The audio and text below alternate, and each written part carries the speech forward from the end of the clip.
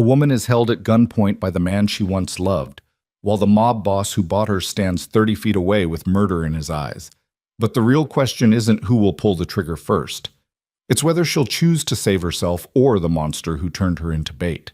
This is the story of Elena Vale, a waitress who sold herself to survive, and the ruthless crime lord who made her realize that sometimes the most dangerous prison isn't made of walls. It's made of diamond rings and promises you can't afford to break.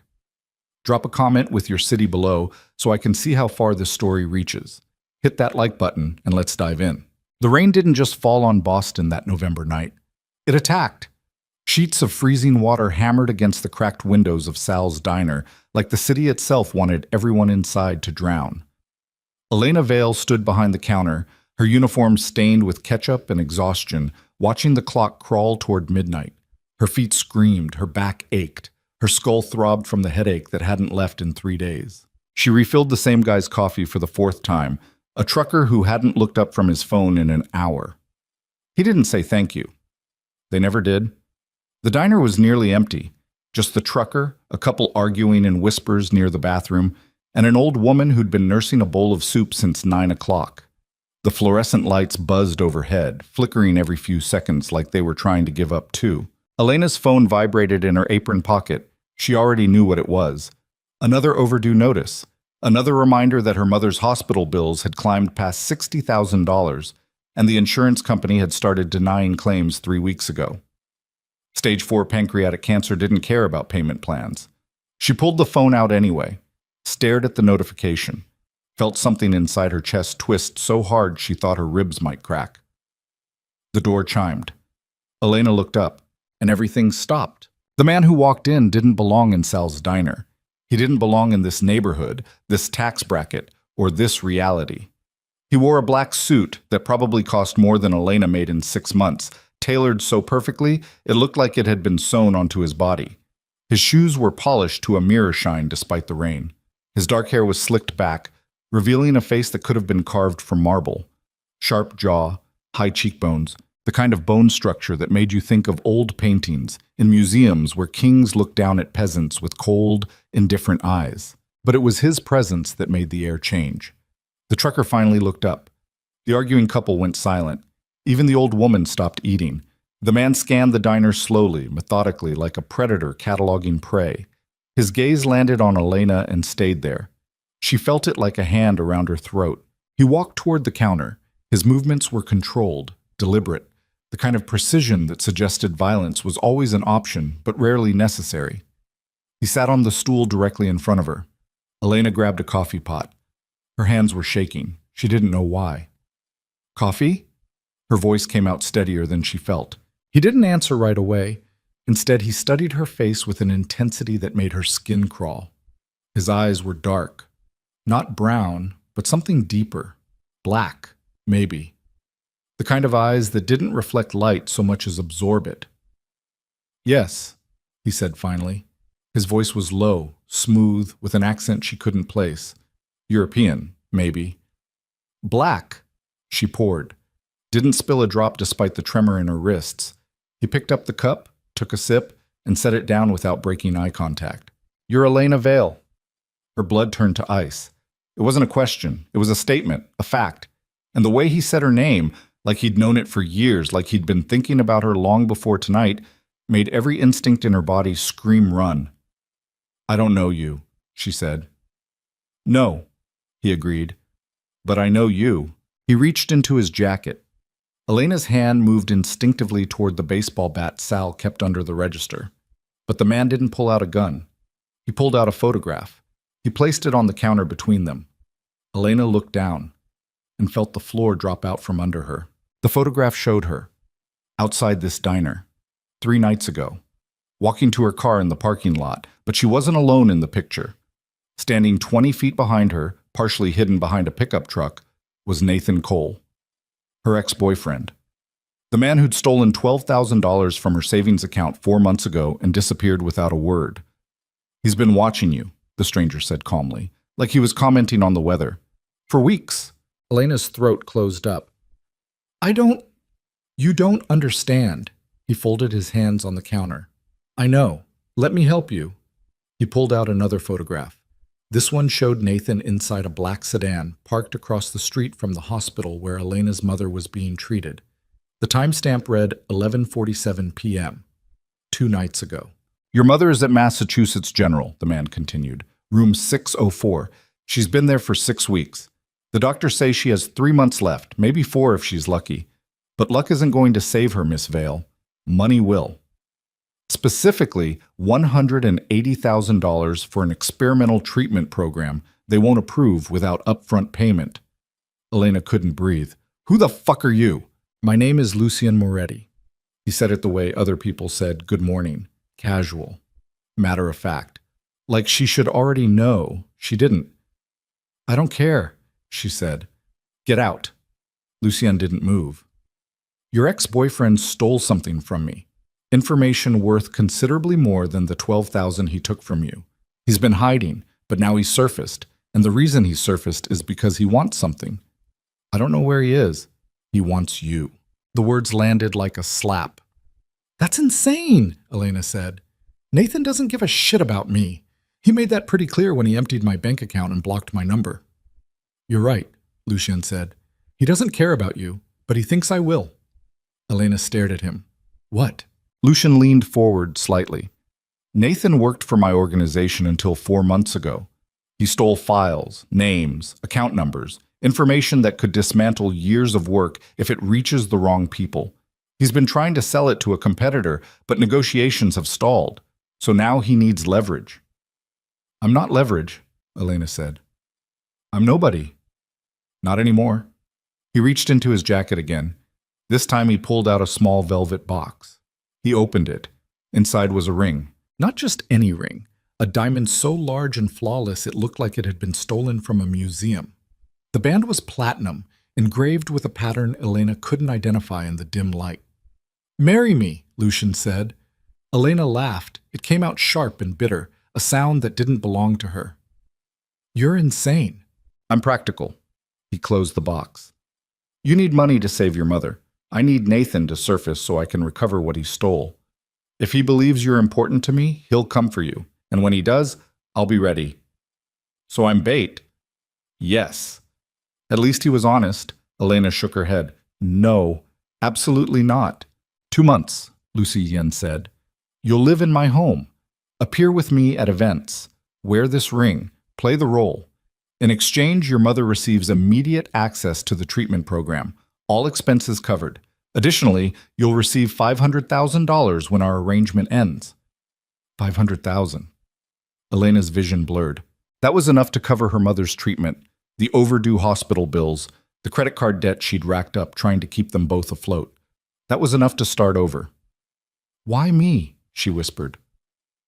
Because Nathan chose you 4 months ago for a reason, Lucien said. You were vulnerable, isolated, desperate, easy to manipulate. He knew your mother was sick.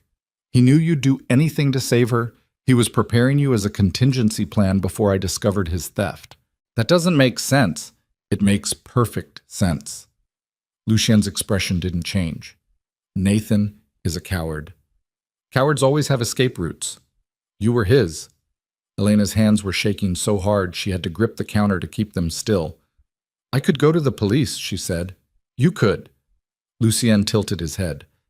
But they won't protect you. Nathan has already proven he can get close to your mother.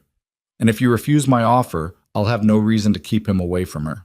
The threat was delivered so calmly, so casually, that it took Elena a full 3 seconds to process what he'd just said. You're threatening my mother. I'm stating facts. Lucien stood. He placed a business card on the counter beside the coffee cup. You have until tomorrow night to decide. If you agree, call that number. A car will pick you up. And if I don't? He looked at her for a long moment. There was no cruelty in his eyes, no satisfaction, just a cold, empty certainty that made her stomach turn. Then you'll bury her within 3 months, he said quietly, and Nathan will disappear again, possibly with you. He turned and walked toward the door. Wait. He stopped. Elena's voice cracked. How do I know you'll actually pay for the treatment? Lucien pulled out his phone, tapped the screen twice, and held it up so she could see.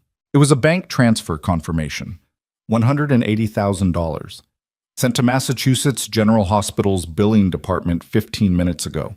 The memo line read, E. Vale, patient ID 746291, experimental oncology program authorization. The treatment starts tomorrow morning, Lucian said.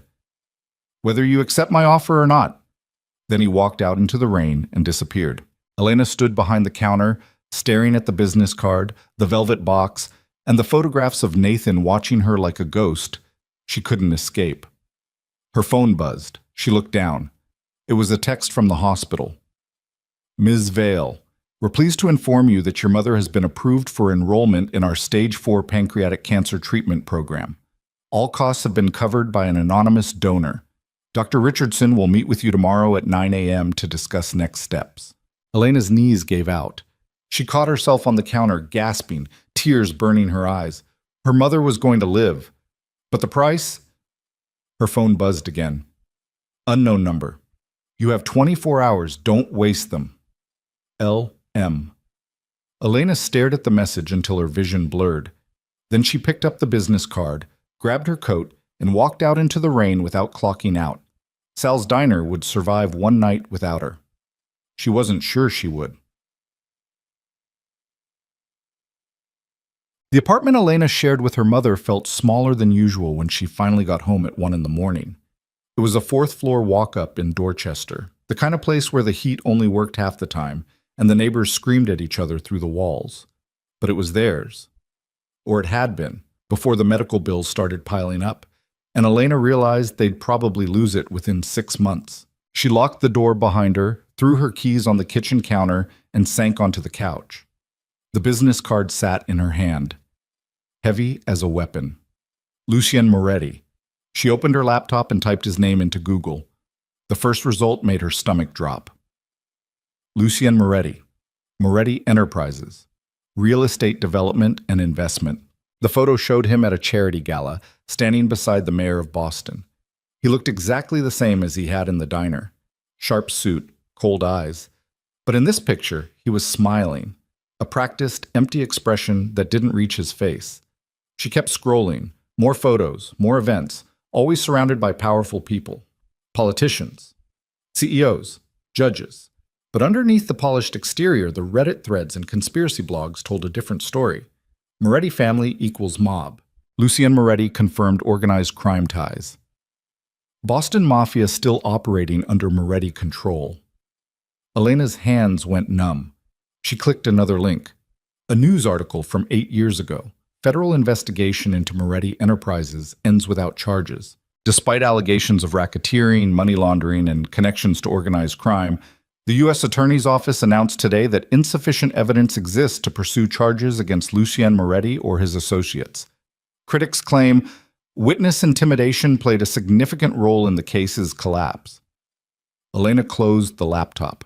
Her mother was going to live. That was all that mattered. She picked up her phone, stared at Lucien's message. Then she typed a response. I need to see her first. Tomorrow morning, after I confirm the treatment is real. The reply came within seconds. Agreed. The car will arrive at 8 p.m. tomorrow. Pack enough clothes for 2 months. Leave your phone behind. You'll receive a new one. Elena's chest tightened. Why? Because Nathan is watching you, and I don't tolerate loose ends. She set the phone down, walked to her bedroom, sat on the edge of her bed, and stared at the wall until the sun came up. Massachusetts General Hospital smelled like disinfectant and failure. Elena had spent so many hours in these hallways over the past 6 weeks that she'd memorized the pattern of stains on the linoleum floor. Room 604 was at the end of the corridor. Her mother was awake when Elena walked in. Margaret Vale had always been a small woman, but cancer had made her even smaller. Her skin was gray. Her cheekbones jutted out like knives, but her eyes, sharp, green, still fierce, tracked Elena's movement as she sat down in the chair beside the bed. You look like hell, Margaret said. Good morning to you too, Elena said. Did you sleep? Not really. Margaret studied her. Something happened. Elena didn't know where to start, so she told her everything. Lucien, Nathan, the photographs, the ring, the deal. When she finished, Margaret was quiet for a long time. Then she said, You're not doing this. Mom, I'm not going to let you sell yourself to a mobster so I can live another 6 months. It's not 6 months, Elena's voice broke. It's the rest of your life. The treatment works.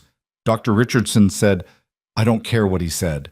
Margaret reached for Elena's hand. Her grip was weak but steady. You're my daughter. I won't let you. You don't get to decide. Elena squeezed back. I already made the deal. Margaret's face crumpled. Elena, I'm doing this. She wiped her eyes with her free hand. And when it's over, you're going to be alive. That's all I care about. What if something happens to you? Nothing's going to happen. It was a lie. They both knew it. But Margaret didn't argue. Dr. Richardson arrived 20 minutes later with a folder full of documents and a smile that actually looked genuine. Ms. Vale, he said, I have excellent news.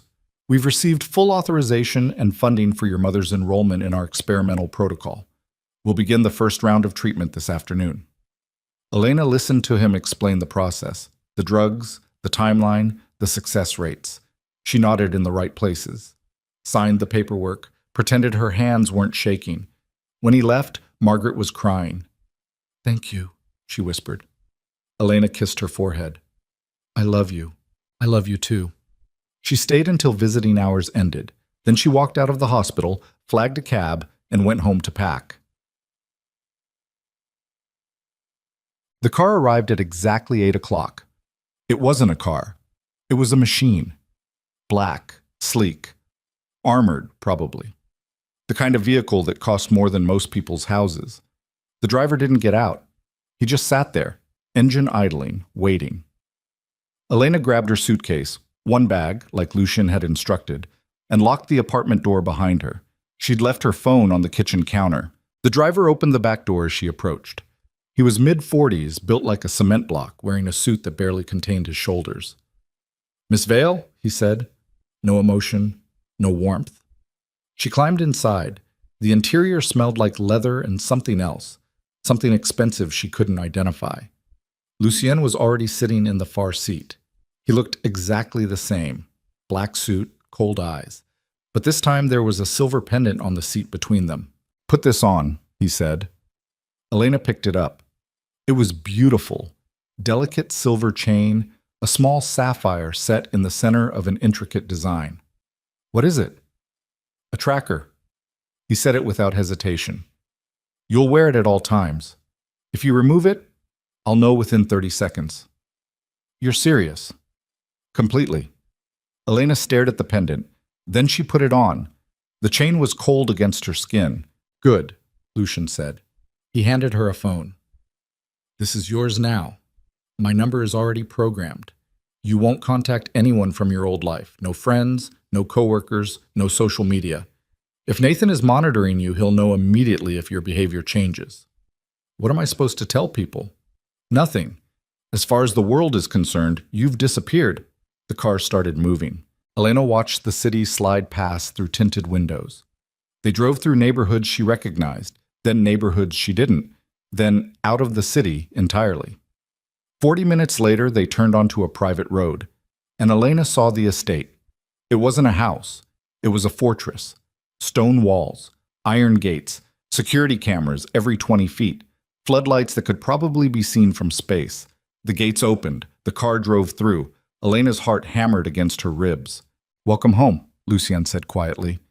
The car stopped in front of a massive oak doors. The driver got out, opened Elena's door. She stepped onto gravel, her suitcase in one hand, her entire life collapsing into this single moment. Lucien was already walking toward the entrance. Come, he said without looking back. Elena followed. The doors opened, and she stepped into a world where escape was no longer an option. The inside of Lucien's estate looked like something out of a magazine for people who bought countries instead of houses. Marble floors stretched in every direction. Massive chandeliers hung from ceilings 20 feet high. Oil paintings lined the walls, old, expensive, the kind museums kept behind velvet ropes. But it was the silence that disturbed her most. No music, no television, no sound except the echo of their footsteps. Your room is on the second floor, Lucien said, leading her up a curved staircase. East wing. You'll have access to the main areas of the house, but the west wing is off limits. My office, my bedroom, and my security operations are located there. Security operations? I run several businesses, Miss Vale. Not all of them are legal. You don't need to know the details. He stopped in front of a door, opened it, and stepped aside. The bedroom was bigger than her entire apartment. King-sized bed. Walk-in closet. Private bathroom with a tub that could fit 3 people. Floor-to-ceiling windows overlooking the grounds. You'll find clothes in the closet, Lucian said, tailored to your measurements. How did you... I'm thorough. He turned to leave.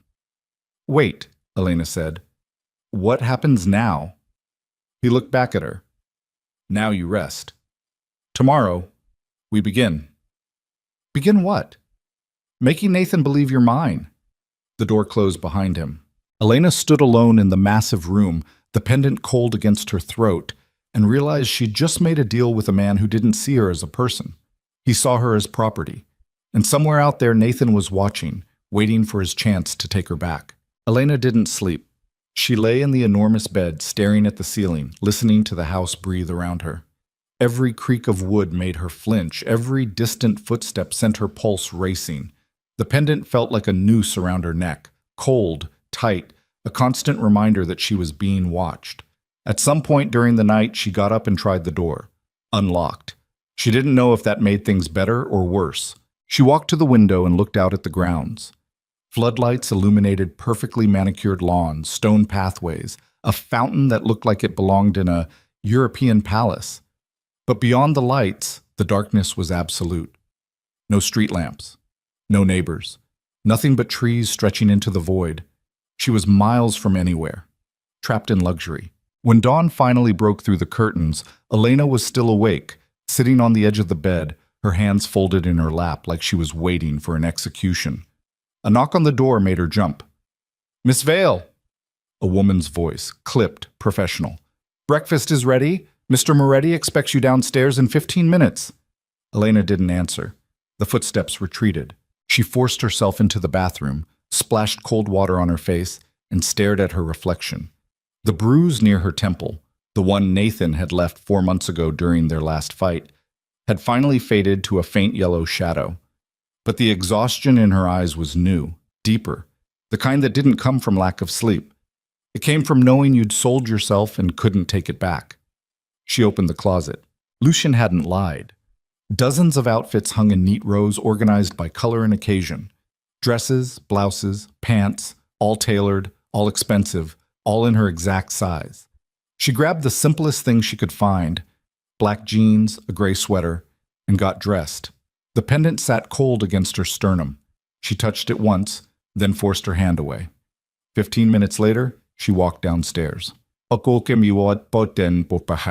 The dining room looked like something out of a period drama. A table long enough to seat 20 people stretched beneath another chandelier that probably cost more than Elena's mother's entire medical treatment. But only 2 places were set. One at the head of the table, one to the right. Lucien was already seated. He wore a different suit today. Charcoal gray, perfectly pressed, and was reading something on his phone with the same expression he'd worn in the diner. Calm, controlled, untouchable. He didn't look up when Elena entered. "Sit," he said. She sat. A woman in a black uniform appeared from a side door carrying a tray. She placed a plate in front of Elena, scrambled eggs, toast, fruit arranged like a still life, and disappeared without a word.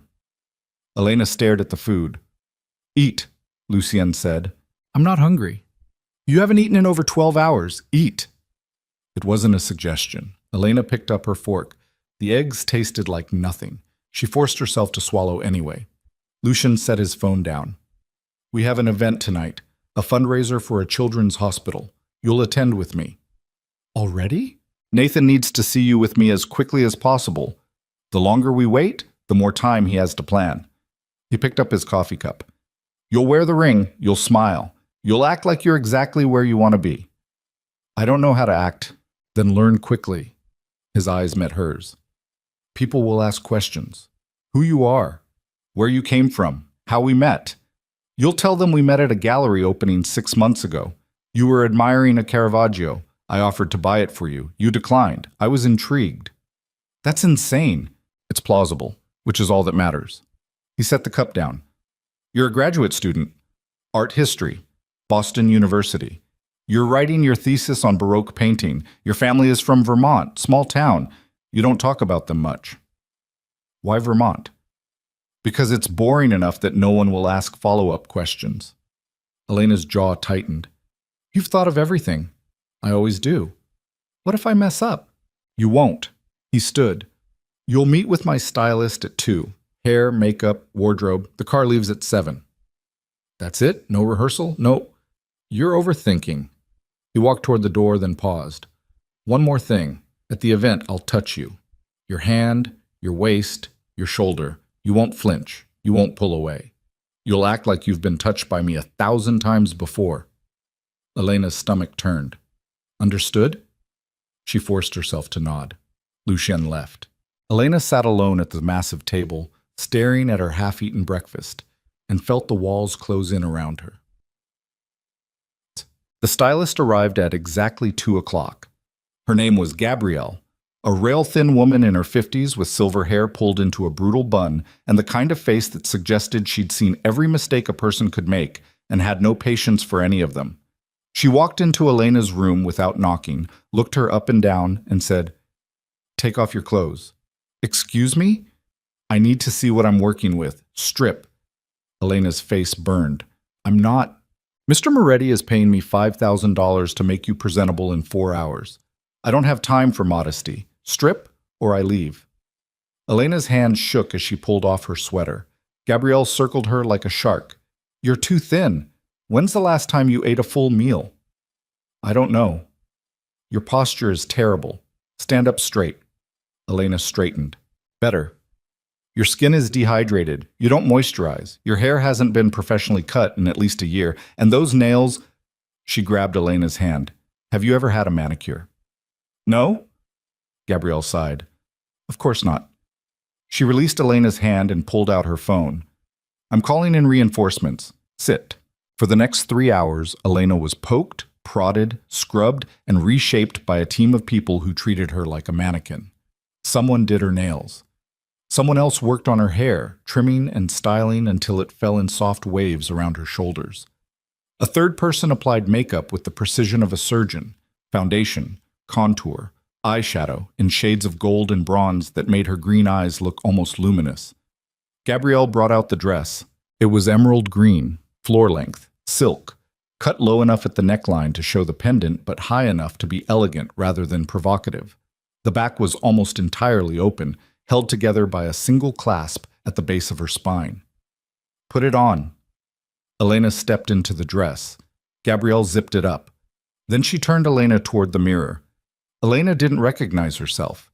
The woman staring back looked like she belonged in Lucy Yen's world. Polished, expensive, untouchable, but her eyes told the truth. She was terrified. "You'll do," Gabrielle said. She handed Elena a small clutch bag. "Your phone is inside. Don't lose it. Mr. Moretti doesn't tolerate carelessness."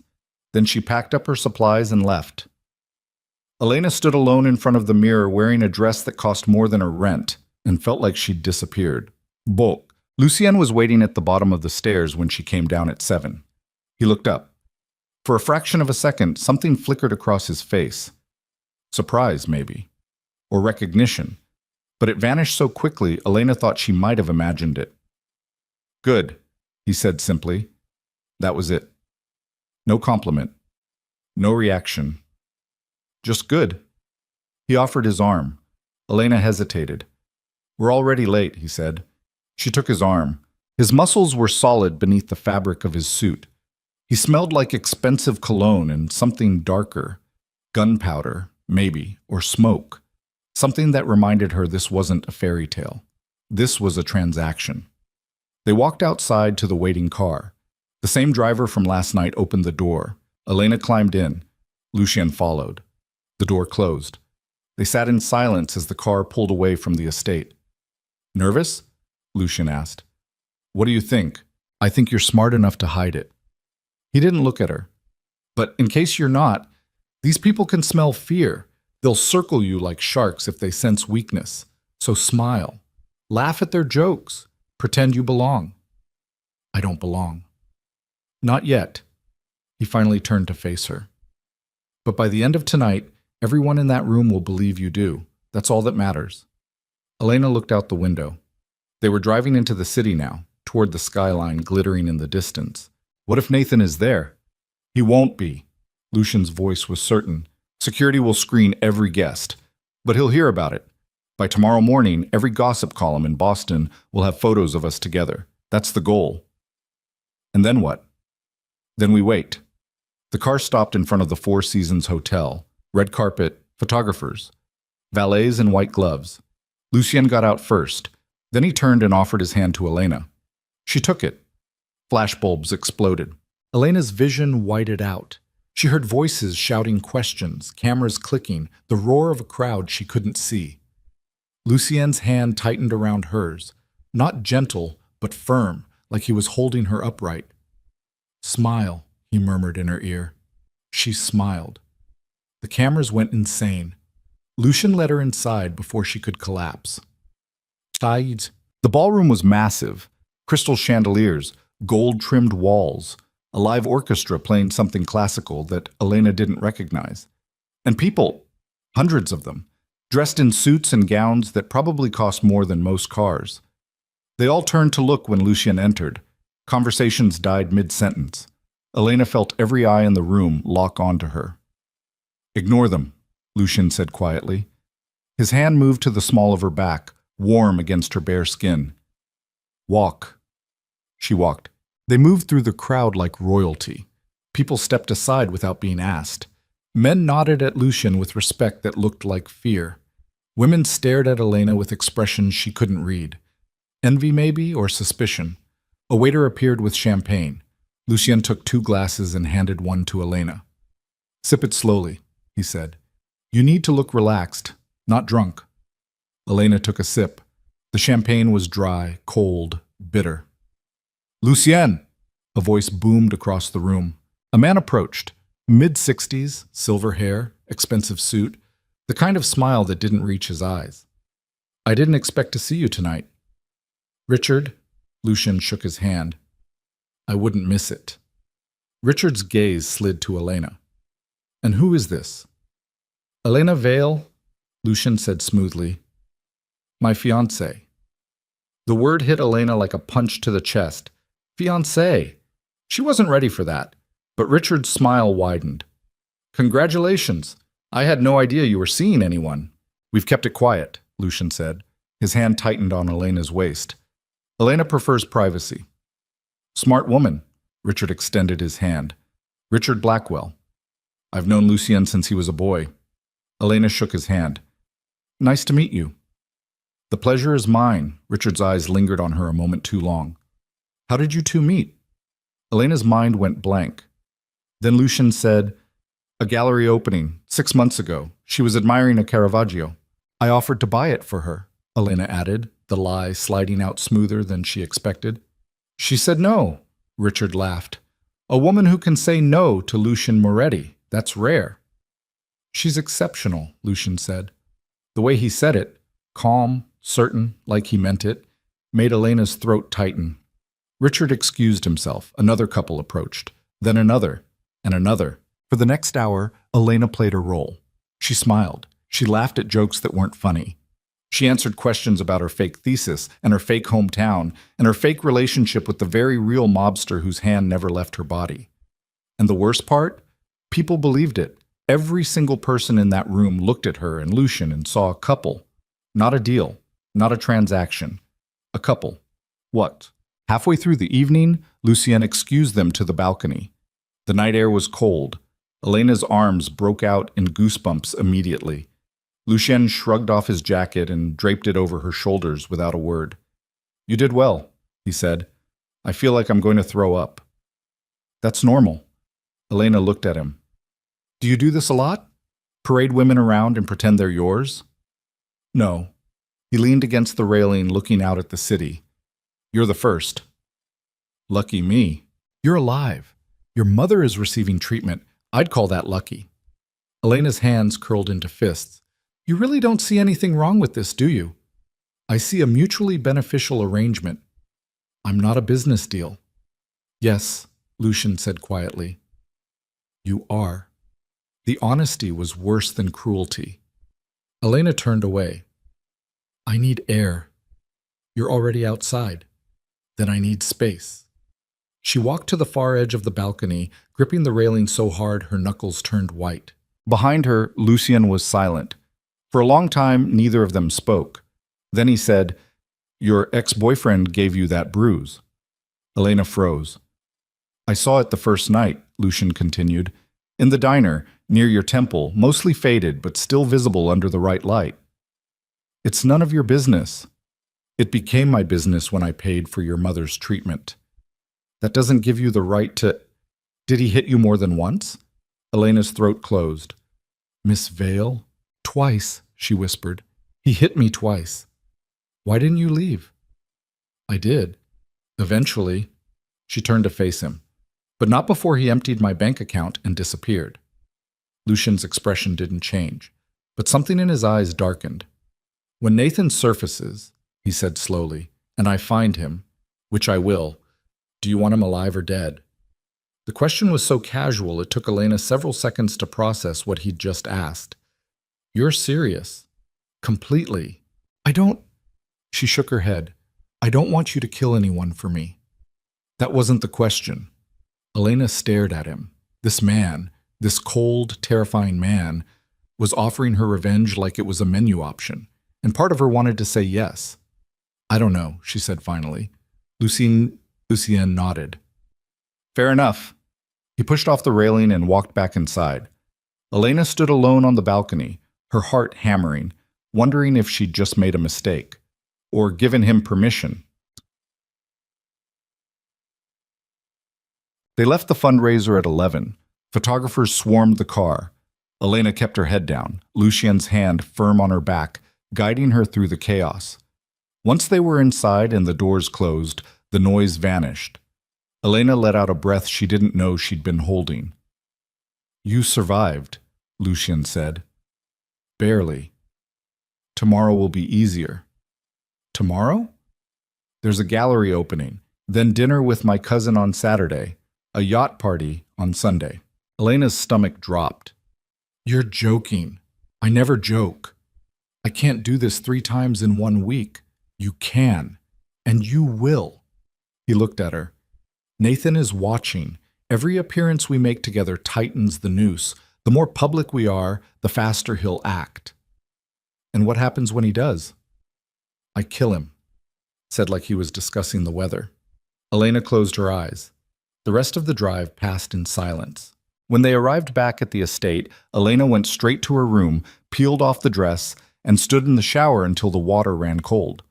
When she finally climbed into bed, her phone buzzed. Unknown number.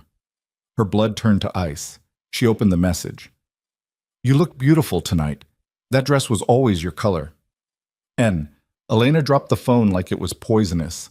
Her hand shook so violently she could barely pick it back up. She ran to her door, yanked it open, and sprinted down the hallway toward the west wing. She didn't care about boundaries anymore. She didn't care about rules. She pounded on the first door she found. It opened immediately. Lucien stood there, shirtless, a gun in his hand. He texted me, Elena gasped. Nathan texted me. Lucien's expression went completely flat. He took the phone from her hand, read the message. Then he turned and shouted something in a language Elena didn't understand. Within seconds, 3 men appeared, all armed, all moving with military precision. Lucien spoke to them rapid fire. They nodded and disappeared. Then he turned back to Elena. Pack a bag, he said. We're leaving. What? Why? He knows where you are. Lucien's voice was cold as winter. Which means your phone was compromised before you even got here. We're moving to a secondary location until I can confirm how deep the breach goes. But you gave me the phone. I know. His jaw tightened.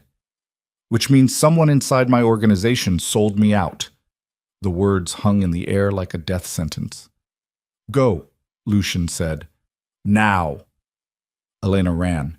She threw clothes into a bag, her hands shaking so hard she could barely zip it closed. The pendant felt like a brand against her skin.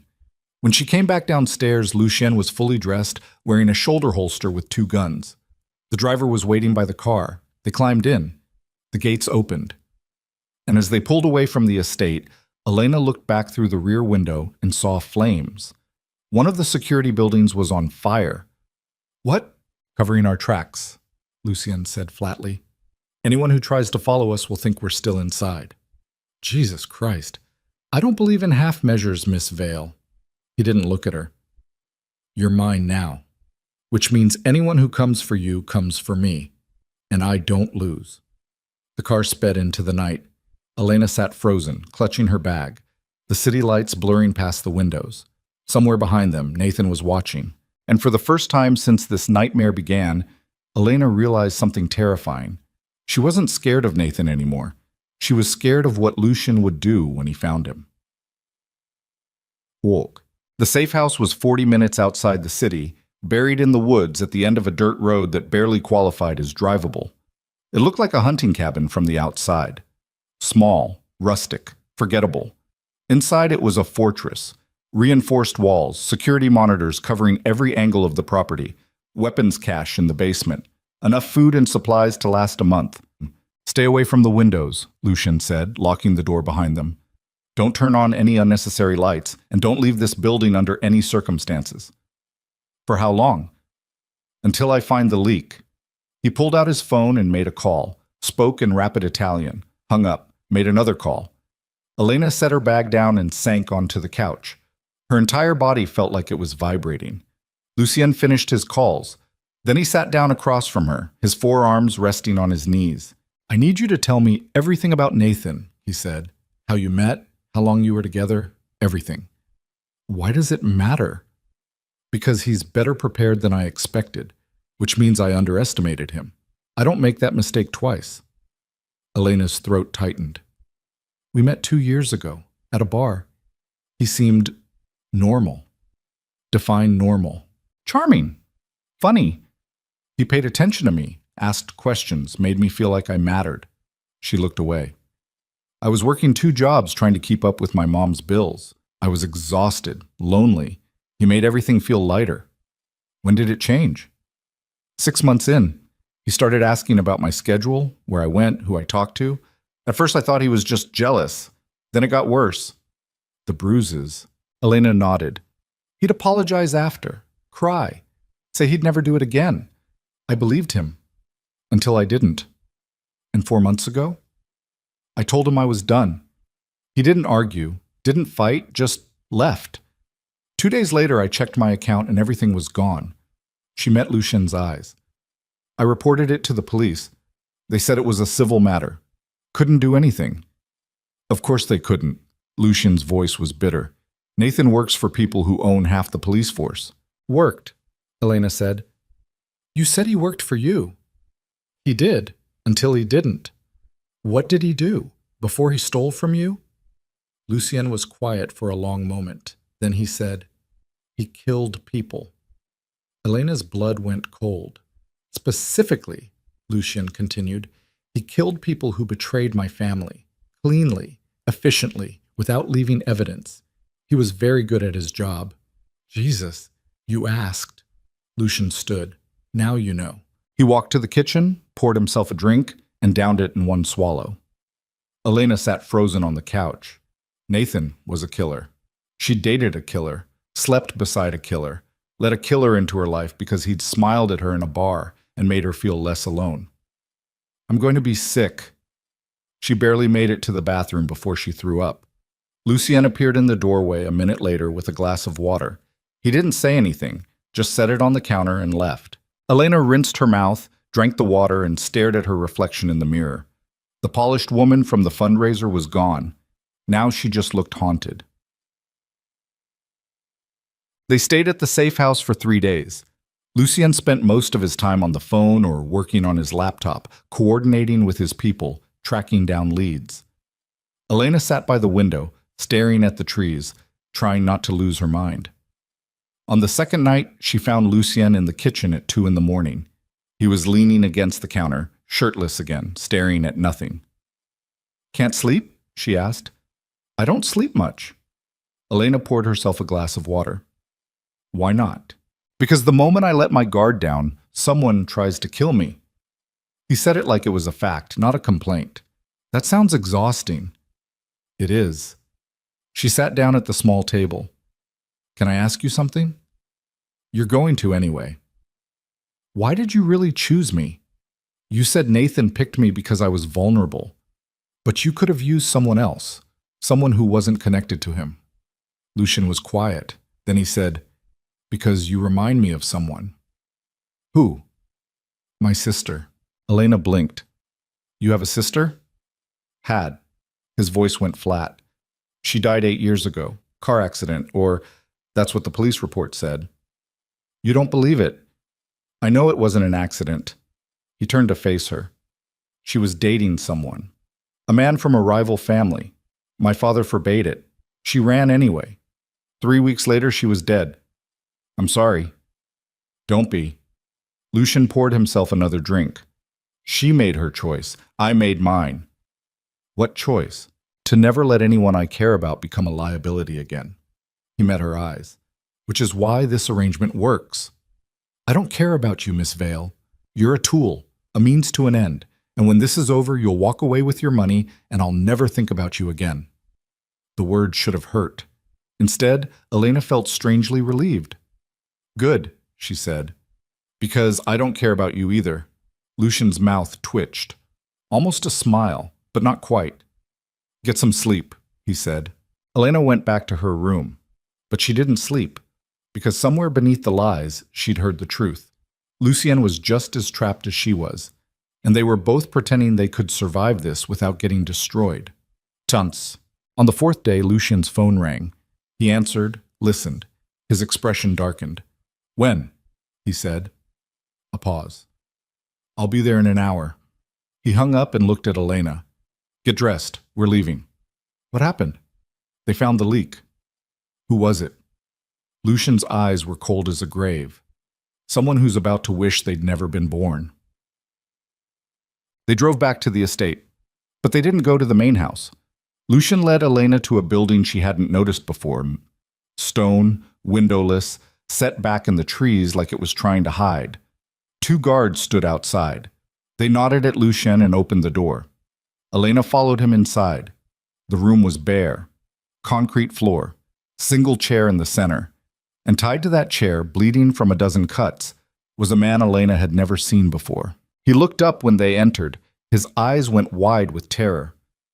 Lucien! He started. Lucien punched him so hard the chair tipped backward. Shut up, Lucien said quietly.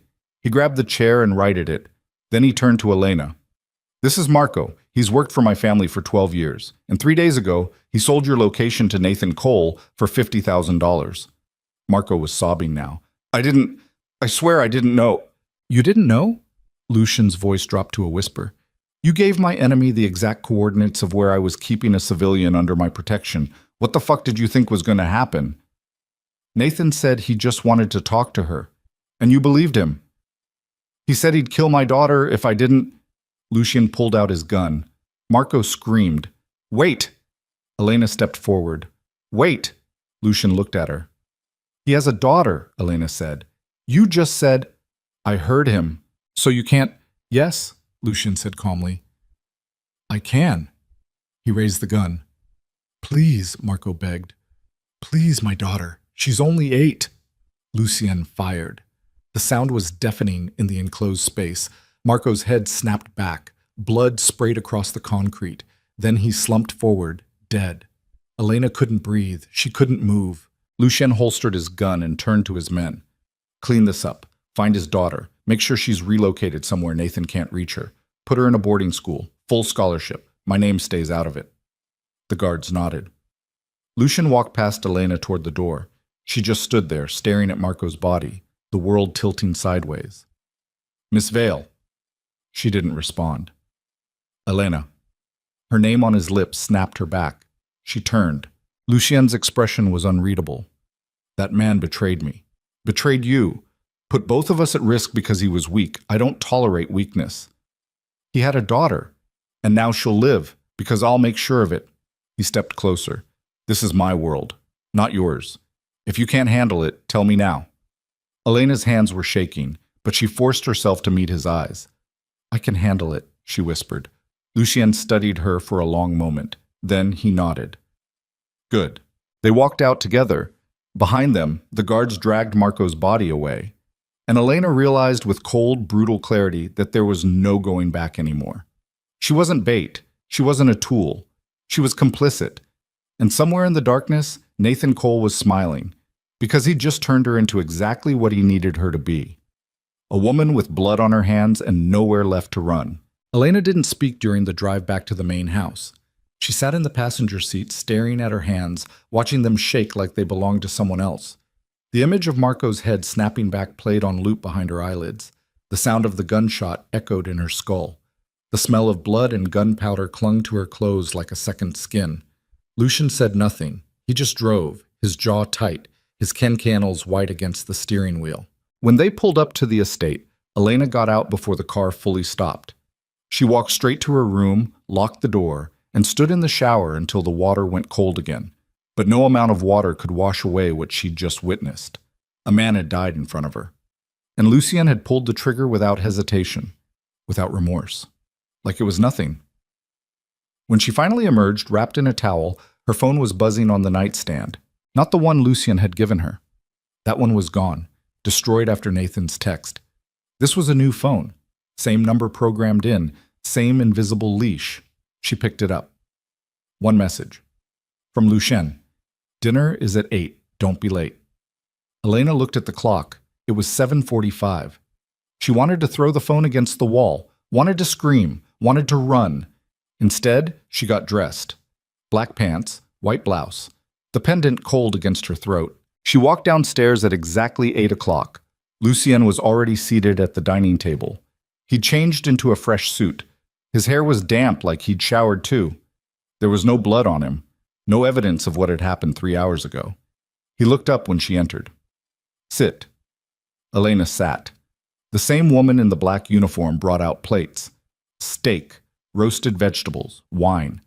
Elena stared at the food and felt bile rise in her throat. Eat, Lucien said. I can't. You haven't eaten all day. I watched you kill someone. And? He cut into his steak. Marco betrayed me. He knew the consequences. He had a daughter, who will now grow up without a traitor for a father. Lucien took a bite, chewed, swallowed. I meant what I said. She'll be taken care of. Education, housing, everything she needs, but Marco made his choice. Elena's hands curled into fists under the table. You didn't even hesitate. Should I have? You could have. She stopped. I don't know. Let him go. Warned him. Something. And what happens the next time someone needs money? Or gets threatened? Or decides $50,000 is worth selling me out? Lucien set down his knife and fork. I can't show mercy, Miss Vale. The moment I do, I'm dead. And so is everyone under my protection, including you. I never asked to be under your protection. No. You asked for $500,000 and your mother's life, and I gave you both. This is the cost. The words hit like a slap. Because he was right. She had made a deal, had walked into this with her eyes open, had known what Lucien was, and she'd chosen it anyway. Eat, Lucien said again. We have work to do tomorrow.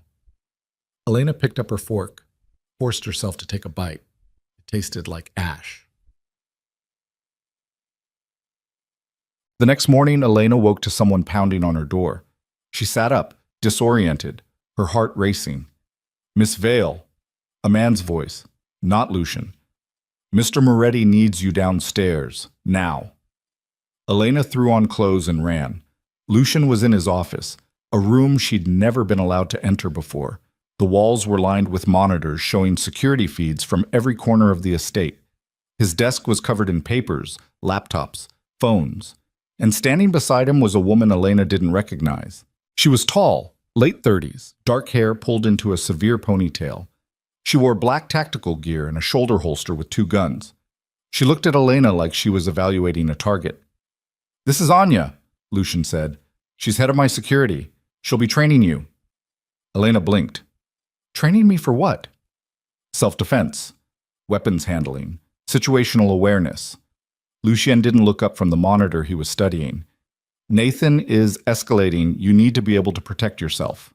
I thought that was your job. I can't be with you every second, and I won't lose you because you don't know how to fight. The words were clinical, practical, but something underneath them made Elena's chest tighten. Anya crossed her arms. Can you throw a punch? What? A punch. Have you ever hit someone? Elena thought of Nathan, the night he'd grabbed her by the throat and slammed her against the wall. How she'd clawed at his face, how he'd laughed. Once, she said quietly. Did it work? No. Then you did it wrong. Anya turned to Lucien. I'll need her for 4 hours a day, minimum. Fine. Starting now. Elena looked at Lucien. I didn't agree to this. You don't have to. He finally met her eyes. This isn't optional. Anya's training was brutal. She took Elena to a room in the basement that looked like a private gym. Mats on the floor, punching bags hanging from the ceiling, a weapons rack along one wall. Hit me, Anya said. What? Hit me. Hard as you can. Elena hesitated. Now. Elena swung.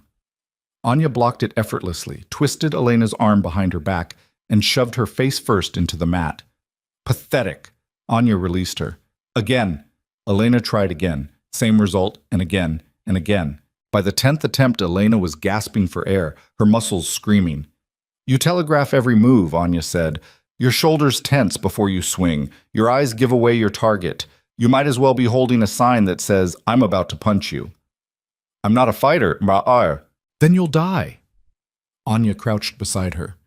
Nathan Cole is a professional killer. If he gets his hands on you, you have maybe 5 seconds to react before he breaks your neck. 5 seconds. So unless you want to end up in a body bag, you'll learn. Elena pushed herself up. Her arms shook. Her lungs burned. Again, she said. Anya smiled. It wasn't kind. Good. They went again. For 4 hours straight, Anya broke Elena down and built her back up. Taught her where to hit, how to move, how to use her weight against someone bigger and stronger. By the time they finished, Elena could barely walk, but she'd landed 3 solid hits.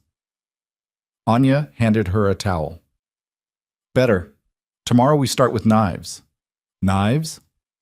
And guns the day after. You're going to learn how to kill someone, Miss Vale, because if you hesitate, even for a second, they won't. That night, Elena sat on the edge of her bed, staring at her bruised knuckles. Everything hurt, her ribs, her shoulders, her pride. But underneath the pain, something else was growing. Anger. Not at Lucien, not at Nathan, at herself, for being weak, for letting Nathan control her, for believing she could survive this without changing. Her phone buzzed. She looked down. Unknown number. Her blood went cold. You're learning to fight. That's cute. But you can't beat me, Elena. You never could. N. Elena's hands started shaking. He was still watching, still toying with her, still acting like she belonged to him. She typed a response before she could stop herself. Fuck you. The reply came immediately. Soon. I promise. And Elena threw the phone across the room. It hit the wall and shattered. Detectives. Lucien appeared in her doorway 30 seconds later. What happened? His voice was sharp. Elena pointed at the broken phone. Nathan. Lucien walked over, picked up the pieces, and examined them. What did he say? That he's coming for me. That I can't beat him. Lucien's jaw tightened. Show me the messages. Elena unlocked the phone. The screen was cracked but functional, and handed it to him. He read. His expression went completely flat. Then he made a call. Anya, I need a full security sweep. Every device in the house, every phone, every computer. Someone is feeding Nathan real-time information. He paused. I don't care how long it takes. Find it. He hung up and looked at Elena. Pack a bag. We're moving again. Where? Somewhere Nathan can't reach you. There's nowhere. There is. Lucien's voice was ice. But you're not going to like it, I asked. They drove for 3 hours. North, out of Massachusetts, into New Hampshire, then deeper into the mountains where the roads turned to gravel and the trees blocked out the sky. Elena had stopped asking questions after the first hour. Lucien wasn't answering anyway. Finally, they pulled up to a compound. Not a house, not a cabin. A compound. High stone walls, guard towers, armed men patrolling the perimeter with military precision. "What is this place?" Elena whispered. "My family's estate." Lucien got out of the car. "My father built it 40 years ago. It's never been breached." "Your father is dead, but the people who work here aren't." He walked toward the gate. "Stay close to me." The gates opened. They walked through. Inside, the compound was like a small village. Multiple buildings, gardens, a training facility. People moved with purpose, all of them armed, all of them watching Elena like she was a threat. Lucien led her to the largest building.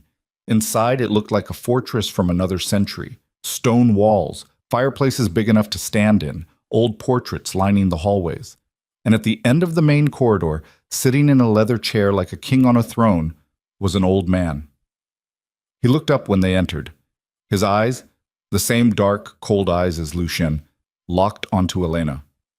"So," he said in a voice like gravel, "this is her." Lucien's entire posture changed. Stiffer, more controlled. "Uncle Vittorio," he said. "This is Elena Vale." Vittorio stood. He was tall, broad-shouldered despite his age, with silver hair and a scar running down the left side of his face. He walked toward Elena slowly. She forced herself not to step back. "You're the girl my nephew sold his soul for," Vittorio said. "I'm not—" "Don't." He held up a hand. "I've been doing this since before you were born, girl. I know what desperation looks like, and I know what it costs." He circled her like a predator. "Lucien says Nathan Cole is after you." "Yes." "And you're willing to do whatever it takes to survive?" Elena met his eyes. "Yes." Vittorio smiled. It was worse than Lucien's. "Good. Because if you're staying under my roof, you'll earn your keep." He looked at Lucien. "She trains with the others. No exceptions." "Uncle—" "Oh, no exceptions." Vittorio's voice dropped. "If she's going to survive this world, she needs to become part of it. Not a guest. Not a victim. A weapon." He turned and walked away. Lucien watched him go, his jaw tight. Then he looked at Elena.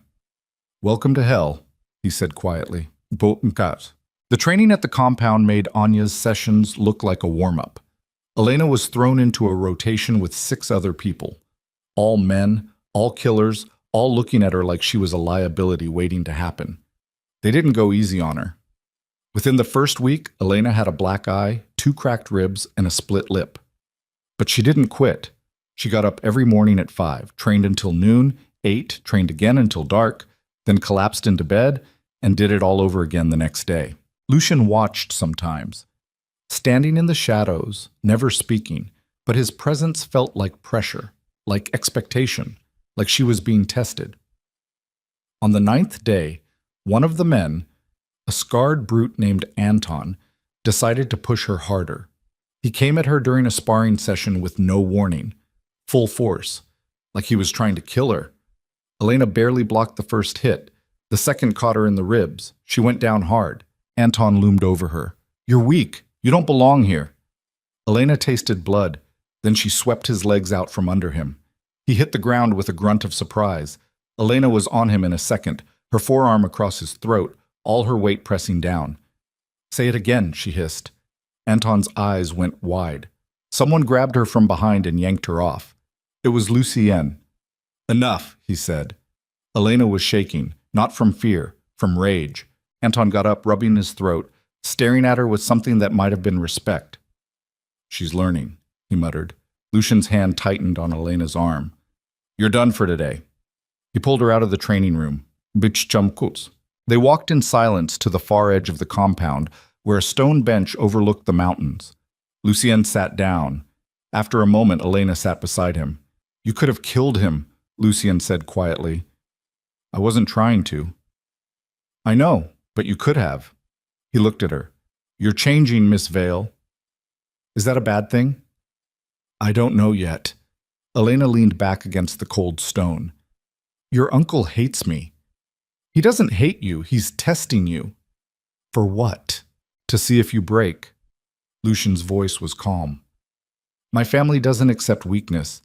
If you can't survive here, you can't survive, Nathan. And if I do survive, then you're no longer bait. He met her eyes.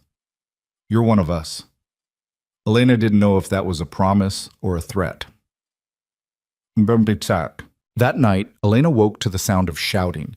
She bolted upright, her heart hammering. Someone was screaming. Men were running. Alarms blared through the compound. Elena grabbed the knife Anya had given her and ran to the door. Lucien was already in the hallway, fully dressed, a gun in each hand. Stay in your room, he said. What's happening? Someone breached the perimeter. Nathan, we don't know yet. Stay. Here. He ran toward the main building. Elena stood frozen in the doorway. Then she heard glass shatter. Somewhere close. Too close. She turned. A figure moved in the shadows at the end of the hallway. Tall. Lean. Familiar. Nathan stepped into the light. He was smiling. Hey, baby, he said softly. Miss me? Elena's blood turned to ice. You... Surprised, Nathan walked toward her slowly. You shouldn't be. I've been planning this for months. Lucien is busy. That explosion on the west side. That was me. Got half his men running in the wrong direction. He stopped 5 feet away. It's just you and me now. Elena's hand tightened around the knife. Nathan saw it and laughed. You really think that's going to stop me? I'll scream. Go ahead, no one's coming. He lunged. Elena reacted on instinct.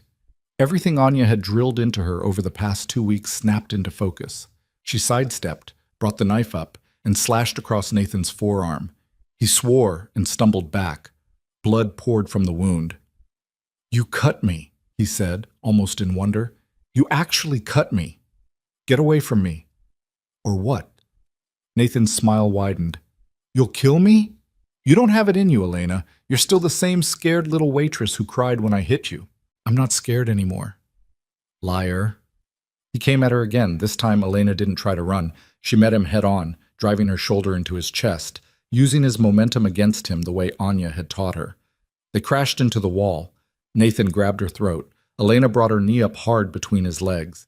He gasped and released her. She ran, down the hallway, down the stairs, out into the main courtyard where chaos had erupted. Men were fighting. Gunfire echoed. Smoke poured from one of the buildings. Elena stumbled through the madness, looking for Lucien, looking for anyone. A hand grabbed her from behind. She spun, knife ready. It was Vittorio. Come with me, he said. Now. He dragged her toward a side building, through a door, down a staircase into darkness. They emerged in an underground bunker.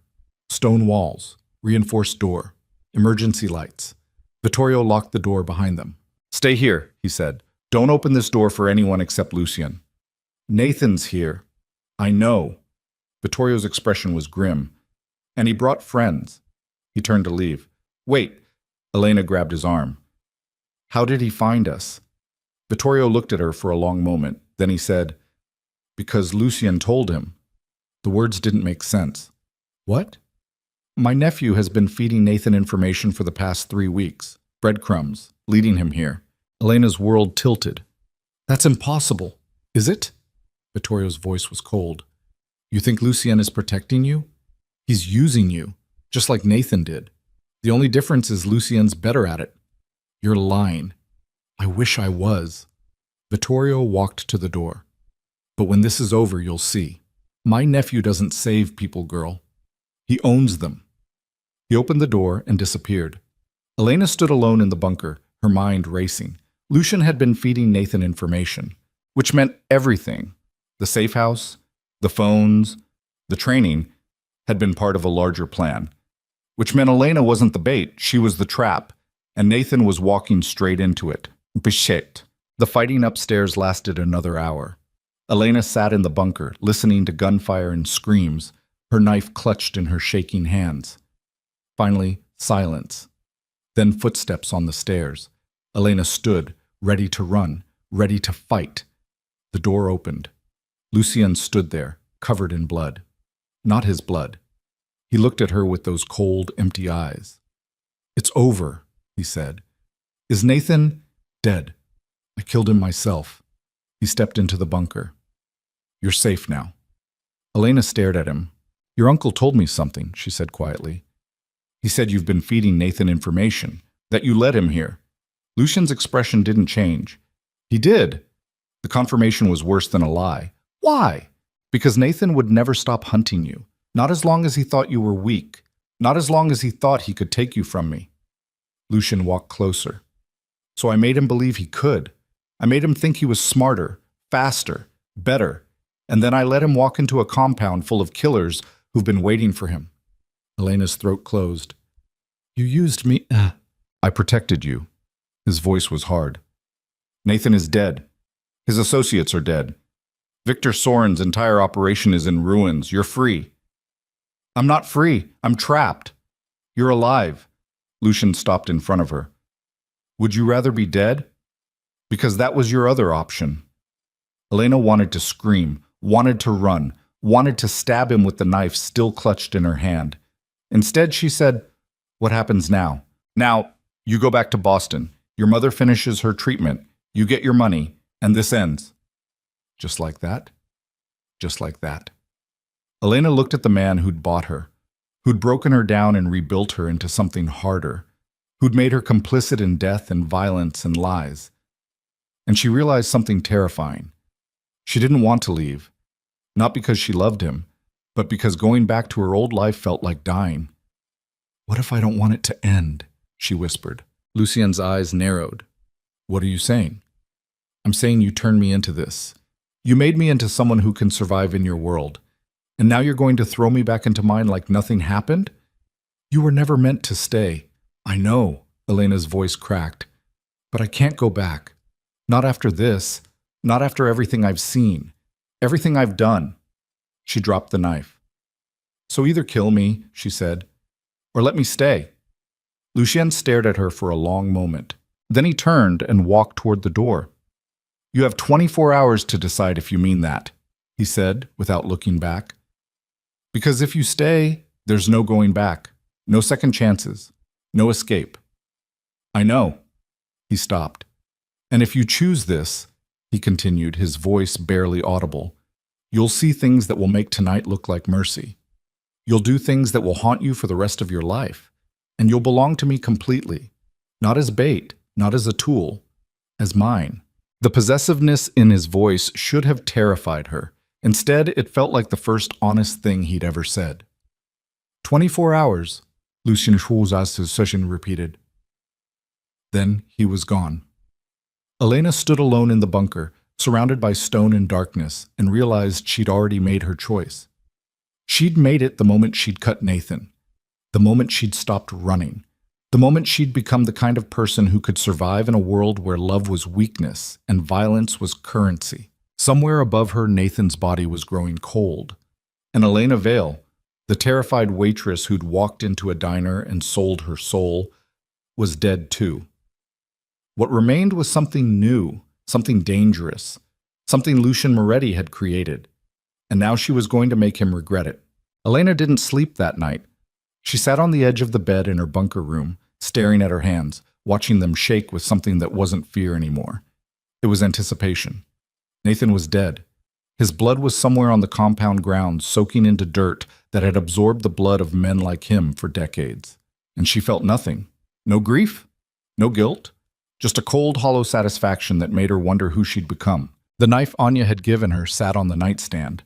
Elena picked it up, testing its weight, remembering how easily it had cut through Nathan's flesh, how he'd looked at her with surprise in those final moments before Lucien found him, like he'd finally realized she wasn't his anymore. She wasn't anyone's, not Nathan's, not Lucien's. She belonged to herself now, and that terrified her more than anything else. When dawn broke through the single narrow window, Elena stood. She hadn't changed out of her blood-stained clothes from the night before, hadn't showered, hadn't done anything except sit and think and decide. 24 hours, Lucien had said. She'd made her choice in 24 seconds. She walked out of the bunker room and up the stairs. The compound looked different in daylight. Scorch marks blackened the west building's walls. Bullet holes peppered the courtyard stones.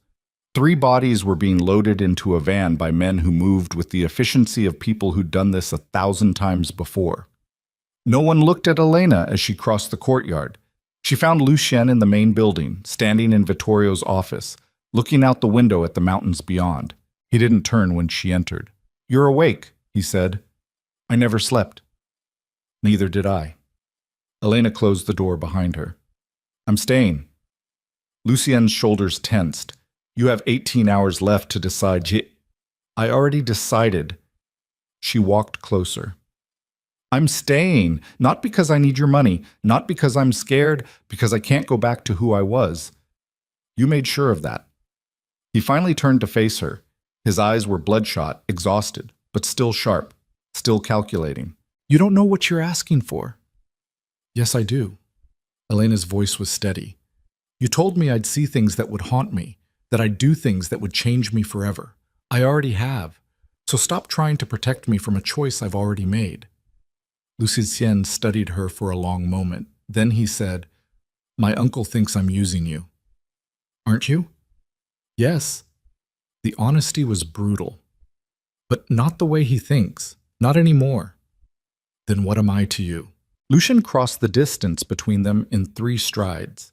He stopped inches away, close enough that Elena could feel the heat radiating off him, could smell gunpowder and smoke still clinging to his clothes. "You're the biggest mistake I've ever made," he said quietly, "because I was supposed to use you and walk away. And now I can't." Elena's breath caught. "Why not?" "Because somewhere between the lies and the violence and the blood, you stopped being a tool."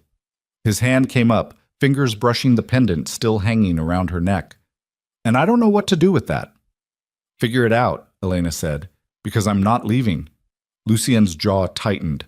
Then he dropped his hand and stepped back. "Fine. You want to stay? Then you'll earn it. No more special treatment. No more protection. You'll train like everyone else. Fight like everyone else. Kill like everyone else." "I already killed Nathan." "No." Lucien's voice was ice. "I killed Nathan. You cut him. There's a difference." "Then teach me the difference." Something flickered in his eyes. Something dark and hungry and dangerous. "Careful what you ask for, Miss Vale." "I'm done being careful." Lucien stared at her for another moment. Then he walked to the door and opened it. "Anya," he called. Anya appeared within seconds, her tactical gear still stained with blood from last night's fighting. "Sir." "Elena stays. Full training rotation. No exceptions." Anya's eyes flicked to Elena, then back to Lucien. "Understood." "And Anya," Lucien's voice dropped. "If she can't handle it, don't coddle her. Break her or make her. Those are the only options." Anya smiled. "With pleasure." She grabbed Elena's arm and pulled her out of the office. Elena looked back once. Lucien was already turned away, staring out the window again, his shoulders rigid, like he'd just made a decision he couldn't take back. 8. The training that followed made everything before look like warm-up exercises. Anya didn't just push Elena to her limits. She shattered them. Hand-to-hand combat until Elena's knuckles bled. Weapons training until her fingers cramped. Tactical scenarios where she had to make life-or-death decisions in seconds. And through it all, Anya showed no mercy. "You hesitate, you die," she said after Elena froze during a simulation. "You think, you die. You feel sorry for the target, you die. Do you understand?" Elena nodded, gasping for breath. "I can't hear you." "Yes." "Yes what?" "Yes, I understand." "Good." Again. By the end of the first week, Elena had learned how to kill someone with her bare hands in 14 different ways. How to use a knife so efficiently, the victim wouldn't even realize they were dying until they collapsed. How to fire a gun with enough precision to hit a target from 100 yards away. But the hardest lesson came on the 8th day. Anya led her to a room Elena had never seen before. Concrete walls. A single chair in the center. And tied to that chair was a man Elena didn't recognize. He was young, maybe 25, terrified. Blood dripped from his nose. His eyes went wide when Elena entered. "Please, Ga," he started. Anya handed Elena a gun. Kill him. Elena's heart stopped. What? You heard me. Kill him. Who is he?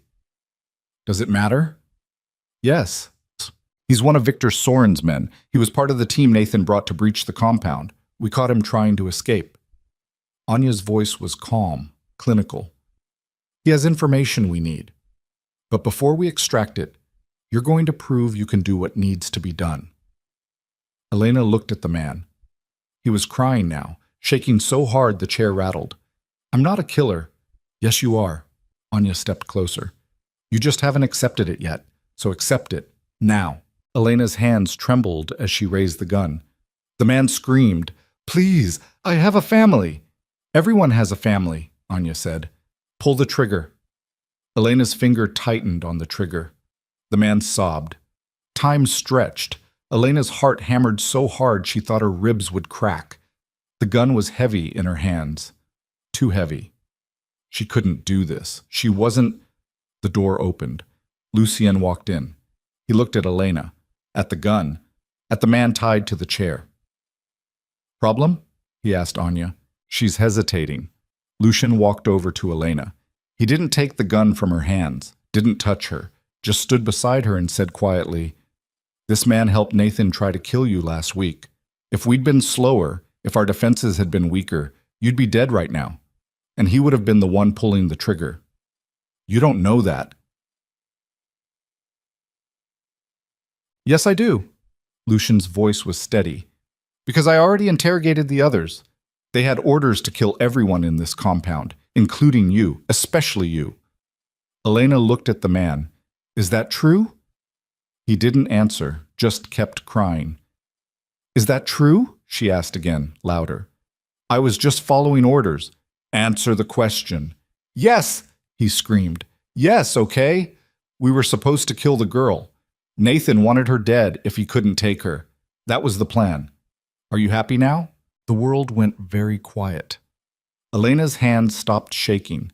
She raised the gun, aimed at his head, and pulled the trigger. The gunshot was deafening in the enclosed space. The man's head snapped back. Blood sprayed across the concrete. Then silence. Elena lowered the gun. Her hands were steady now. Anya took the weapon from her. Good. You're ready. Elena turned and walked out of the room without looking back. Lucien caught up with her in the hallway. Are you okay? Elena stopped. I just killed someone. Yes. I should feel something. Guilt, regret, something. Do you? She met his eyes. No. Lucien's expression was unreadable. Then you're exactly where you need to be. He walked away. Elena stood alone in the hallway, staring at her hands, and wondered if there was anything left of the person she used to be. She couldn't find her. 2 weeks later, Vittorio summoned them both to his office. Elena had barely seen Lucien during that time. He'd been in and out of the compound handling business she wasn't privy to, leaving her to Anya's brutal training regimen. But when she walked into Vittorio's office and saw Lucien's face, she knew something had changed. He looked furious. We have a problem, Vittorio said without preamble. He was standing behind his desk, a file folder open in front of him. Victor Soren isn't dead. Lucien's jaw tightened. That's impossible. We burned his entire operation to the ground. His soldiers, his infrastructure, his money. Vittorio looked up. But not him. He went underground 3 days before Nathan's attack, and he's been rebuilding ever since. How do you know this? Because he sent us a message. Vittorio turned the folder around. Elena saw the photo first. A woman, mid-30s, dark hair, beautiful, tied to a chair with a gag in her mouth and terror in her eyes. Lucien went very still. Who is she? Elena asked. His sister, Vittorio said quietly. Isabella. Elena's blood went cold. You said your sister was dead. She was supposed to be. Lucien's voice was barely audible. 8 years ago, Victor's people ran her car off a bridge. We found her body, had a funeral, buried her. Or someone who looked like her, Vittorio finished. Victor staged the whole thing, kept her alive. Used her to fake her death so we'd never look for her. Why? Leverage. Vittorio's expression was grim. He knew someday we'd come for him, so he kept an insurance policy, and now he's cashing it in. Lucien picked up the photo with shaking hands. What does he want? You. Vittorio slid another piece of paper across the desk. He wants you to meet him, alone, in New York, in 3 days. If you don't show, he kills Isabella. It's a trap. Of course it's a trap. Vittorio's voice was harsh. But it's a trap you're going to walk into because she's your sister, and Victor knows that. Lucien's hands curled into fists, the photo crumpled in his grip. Elena stepped forward. Then we go together. Both men looked at her. Absolutely not, Lucien said. Victor wants you isolated, vulnerable. If you walk in there alone, you're dead. If I bring backup, he kills Isabella immediately. Then don't bring backup. Elena met his eyes. Bring me. You're not trained for this. I killed a man 2 weeks ago without hesitation. I've spent every day since learning how to survive in your world. I'm ready. You're not. Try me. Vittorio watched them argue with something that might have been amusement. The girl has a point. Stay out of this, uncle. She's right. Victor expects you to come alone. He'll be prepared for soldiers, guards, a tactical team. He won't be prepared for a civilian, especially not a woman. She's not a weapon. Yes, I am. Elena's voice was sharp. You made me one, so use me. Lucien stared at her. If I take you, there's a good chance you won't come back. Then I won't come back. Elena didn't blink. But I'm not letting you walk into that alone. Why? Because you think you love me? The question was meant to hurt, to push her away. Elena didn't flinch. No. Because you don't deserve to die for caring about someone, even if you're too fucked up to admit that's what you're doing. The silence that followed was suffocating. Then Lucien said, Fine. You want to come? Then you're coming. But when this goes wrong, Bis, and it will, don't expect me to save you. I don't. Good. He turned to Vittorio. Set it up. Tell Victor I'll be there. Alone. And the girl? Is insurance. Lucien looked at Elena. If I die, she kills Victor. That's the deal. Elena nodded. Vittorio smiled. This is either brilliant or suicidal. Both, Lucien said. Get me everything you have on Victor's location. Security, blind spots, exits. Already done. Vittorio handed him another folder. The meet is at an abandoned warehouse in Red Hook, former shipping depot. Now it's empty. Perfect place for an execution. Or a funeral, Lucien muttered. He walked out. Elena followed, mucky. They left for New York the next morning. The drive was silent. Lucien sat in the passenger seat, staring at the folder Vittorio had given him, memorizing every detail. Elena sat in the back, checking and rechecking the gun Anya had given her. You know how to use that? Lucien asked without looking up. Anya made sure.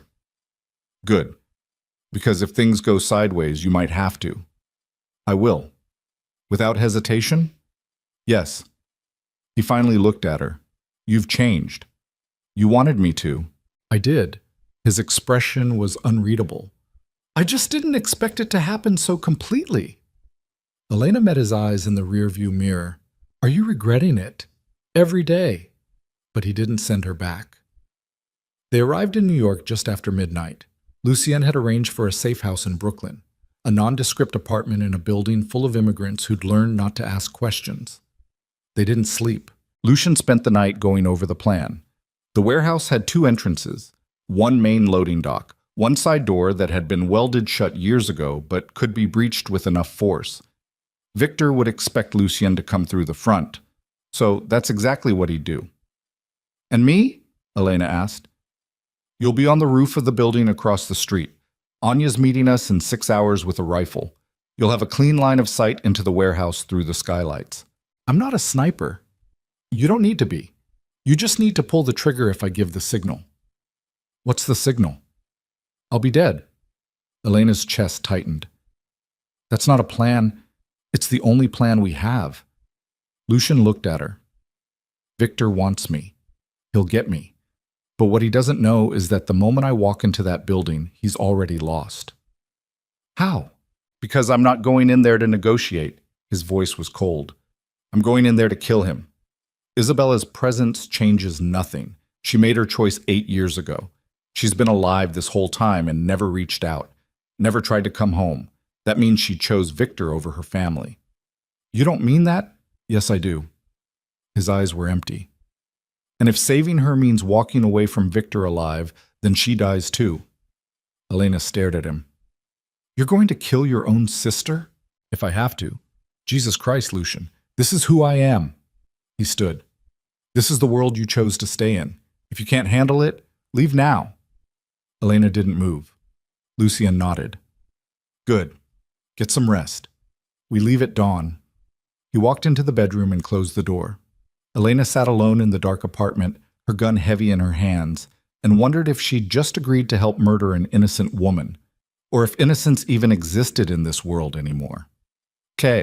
Anya arrived at 5 in the morning with a duffel bag full of weapons. She handed Elena a rifle. Ever used one of these? On the range. This isn't a range. This is real. You miss, people die. You hesitate, people die. You understand? Yes. Good. Anya pulled out a tactical vest.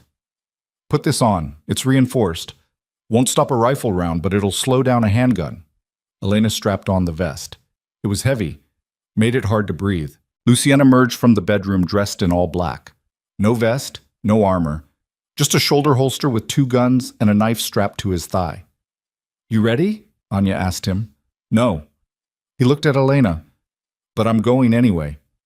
They left the apartment as the sun started to rise. The warehouse was exactly where Vittorio said it would be. A massive concrete structure sitting on the edge of the water, surrounded by rusted chain-link fence and decades of industrial decay. Anya led Elena to this building across the street. They climbed 6 flights of stairs to the roof. Anya set up the rifle, screwed on a suppressor, and adjusted the scope. Look through here, she said. Elena pressed her eye to the scope. The warehouse interior jumped into focus. Exposed beams, broken skylights, and in the center, under a single hanging work light, was Isabella Moretti. She was older than in the photo Vittorio had shown them, thinner. Her hair was shorter, but it was definitely her. And standing beside her, one hand resting possessively on her shoulder, was Victor Sorin. He was younger than Elena expected, mid-40s, handsome in a cold, reptilian way. He wore an expensive suit and held a gun casually in his free hand. 5 men stood guard around the perimeter, all armed, all watching the entrance. Lucien's outgunned, Elena whispered. He always is. Anya checked her watch. He goes in 60 seconds. Your job is to watch. Don't fire unless I tell you to. Understand? What if? Don't think. Just do what I say. Elena's hands were shaking again. Then she saw Lucian. He walked across the empty lot toward the warehouse entrance like he was taking a stroll through a park.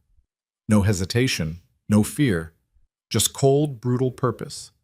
He reached the main door, pushed it open, and walked inside. Through the scope, Elena watched Victor smile. Lucian Moretti, Victor said, his voice echoing through the cavernous space. I was starting to think you wouldn't show. Where's my sister? Lucien's voice was flat. Right here, as promised. Victor gestured to Isabella. She's been very cooperative. Haven't you, my love? Isabella said nothing. Her eyes were fixed on Lucian with an expression Elena couldn't read. Let her go, Lucian said. Of course, just as soon as we settle our business. Victor pulled out a knife, pressed it against Isabella's throat. You killed Nathan Cole, burned down my operation, cost me millions of dollars and years of work. So here's what's going to happen. You're going to kneel, and you're going to beg for her life. No. No? I don't beg. Lucien's hand moved toward his gun. Every one of Victor's men raised their weapons. Careful, Victor said softly. You so much as twitch wrong, and my men put 30 bullets in you. Then I slit her throat anyway. Is that what you want? Lucien's jaw tightened, then slowly he knelt. Victor's smile widened. Good boy. Now beg. Please, Lucian said. The word sounded like it was being torn from his throat. Let her go. Louder. Please. I can't hear you. Please. Lucien's voice cracked. Let her go. Kill me. Do whatever you want. Just let her go. Victor threw back his head and laughed. Then Isabella spoke for the first time. He's lying, she said quietly. Victor's laughter died. What? He's lying. Isabella looked at Lucien with empty eyes. He doesn't care if I live or die. He's stalling. Lucien's expression didn't change. Is that true? Victor's voice went cold. Yes, Lucien said. Then everything happened at once. Lucien drew his gun and fired in one smooth motion. The bullet caught Victor in the shoulder, spinning him away from Isabella. Victor's men opened fire. Lucien dove behind a concrete pillar as bullets tore through the air around him. Now! Anya screamed. Elena pulled the trigger. The rifle kicked against her shoulder. Through the scope, she saw one of Victor's men drop. She fired again. Another man fell. Anya was beside her now, firing her own rifle with mechanical precision. Down in the warehouse, chaos erupted. Lucien was moving, firing, taking down Victor's men one by one with brutal efficiency. But he was bleeding. Elena could see it, a wound in his side, another in his leg. He was going to die. Cover me, Anya said. What? But Anya was already running. She rappelled down the side of the building with a rope Elena hadn't even seen her set up, hit the ground, and sprinted toward the warehouse. Elena kept firing. Her hands were steady now, her breathing calm. Everything Anya had taught her crystallized into focus. She dropped another guard, then another, down to 2. Victor and one remaining soldier, then Elena's rifle clicked empty. No, no, no! She scrambled for another magazine. Her hands were shaking again. She couldn't find it. A gunshot rang out from inside the warehouse. Elena looked through the scope. Lucien was down. Blood pooled beneath him. Victor was standing over him, gun raised, and Isabella was crying. Victor said something Elena couldn't hear. Then he aimed at Lucien's head. Elena didn't think. She grabbed Anya's rifle, took aim, and fired. The bullet went through the skylight, through the work light, and caught Victor in the back of the skull. He dropped like a puppet with cut strings. His last soldier turned, trying to locate the sniper. Anya burst through the side door and put 3 bullets in his chest. Then silence. Elena dropped the rifle and ran. She took the stairs 4 at a time, her lungs burning, her heart hammering so hard she thought it would explode. She hit the street, sprinted across the lot, and crashed through the warehouse door. Lucien was still on the ground. Anya was beside him, pressing her hands against the wound in his side. Is he alive? Anya said. Barely. I need gauze. Medical kit, now. Elena ran to the duffel bag Anya had left by the door, grabbed the kit, ran back. Her hands were covered in blood as she helped Anya pack the wound. Lucien's eyes flickered open. Elena, shut up. Don't talk. Victor, dead. I killed him. Something that might have been pride flickered across his face. Good. Then his eyes rolled back. Lucien. He's going into shock, Anya said. We need to move. Now. They half carried, half dragged him out of the warehouse. Anya had a car waiting 2 blocks away. They loaded Lucien into the back seat. Elena climbed in beside him, pressing her hands against his wounds, feeling his blood pulse hot and sticky between her fingers. Don't you dare die, she whispered. You don't get to walk me into hell and then leave me here alone. Lucien's hand found hers, squeezed weakly. Not dying, he managed. Too stubborn. Then he passed out. Anya drove like a demon possessed, weaving through early morning traffic, ignoring red lights and screaming horns. They made it back to the safe house in 12 minutes. A doctor was already waiting, one of Vittorio's people. He'd seen worse. They carried Lucien inside. The doctor went to work immediately, cutting away clothing, extracting bullets, stitching wounds. Elena stood in the corner, covered in blood, watching. It took 3 hours. When the doctor finally stepped back, his gloves were stained red. He'll live, he said. But it was close. Another inch to the left and that bullet would have hit his heart. Elena's legs gave out. She slid down the wall and sat on the floor, her hands still shaking, her mind blank. Anya crouched beside her. You did good today. I killed someone. Several someones. Anya's voice was matter of fact. And you saved Lucien's life. That's what matters. What about Isabella? Anya was quiet for a moment. She disappeared. By the time I got inside, she was gone. Just vanished. She betrayed him. Yes. Elena closed her eyes. He knew she would. Probably, but he went anyway. Anya stood. That's who he is. That's who you chose. She walked away. Elena sat alone on the floor, surrounded by blood and the weight of what she'd become, and waited for Lucien to wake up. Because when he did, they were going to have a very different conversation than the one that started this nightmare. She wasn't his tool anymore. She wasn't his weapon. She was his equal.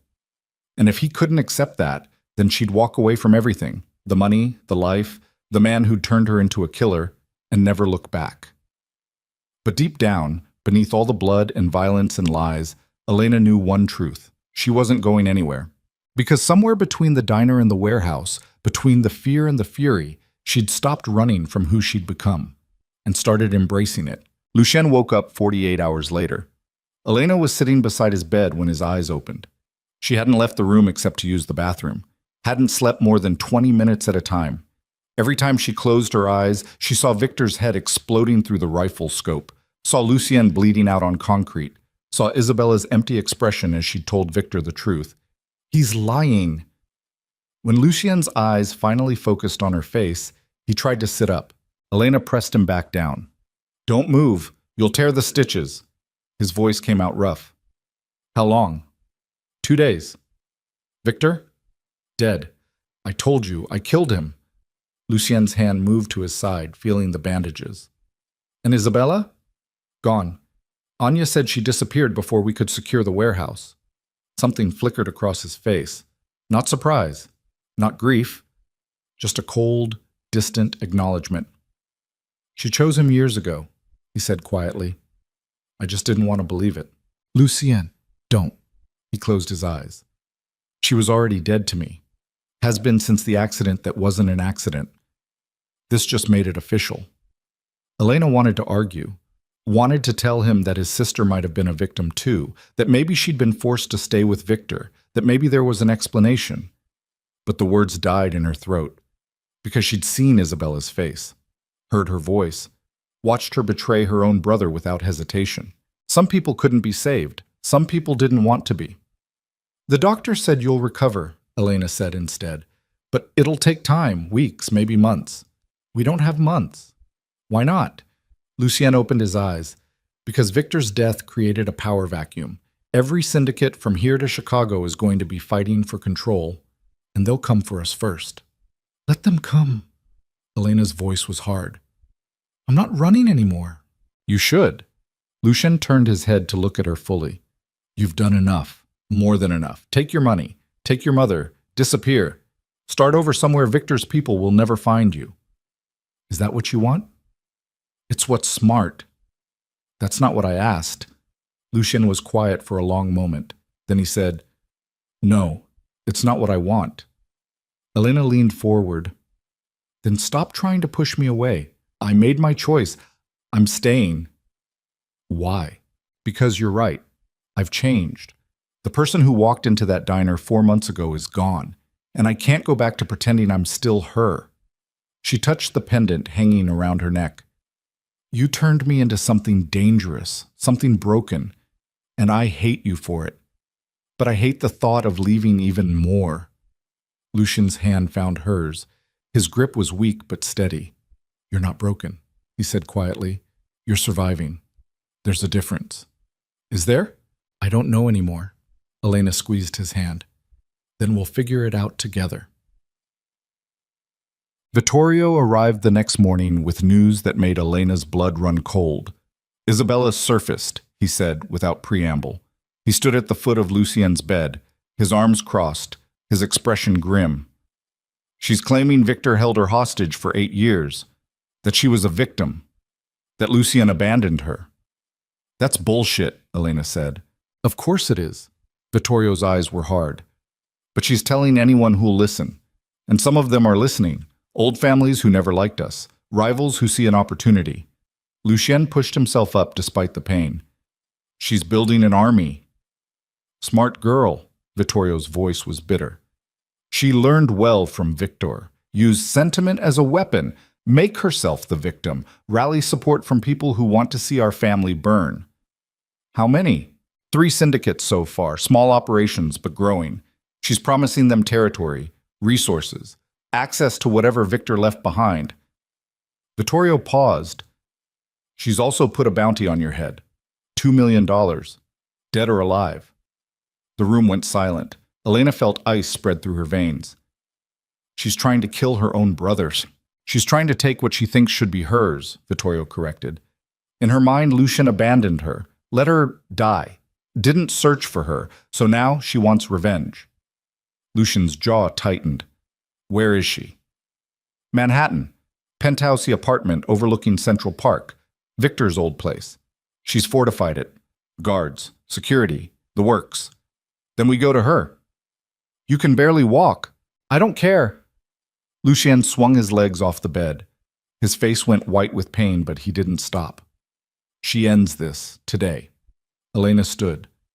I'm coming with you. No, don't even try. She met his eyes. You're hurt. You need backup. And like it or not, I'm all you've got right now.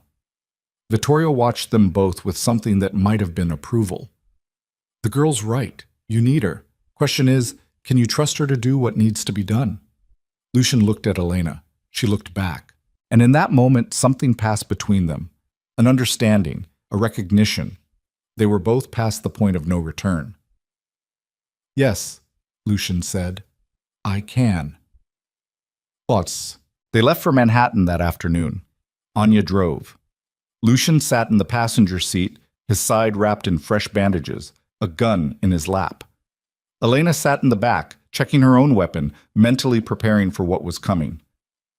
Isabella won't go quietly, Anya said. She's smart, ruthless, and she knows you're coming. Good, Lucien said. I'm tired of surprises. They arrived at the building just after sunset. 30 floors of glass and steel overlooking the park. The kind of place where billionaires kept mistresses and criminals hid in plain sight. Security was tight. 2 guards at the front entrance, cameras everywhere. But Vittorio had provided blueprints, a service elevator that bypassed the main lobby. An access code that still worked because Isabella hadn't thought to change it. She'd always underestimated her brother.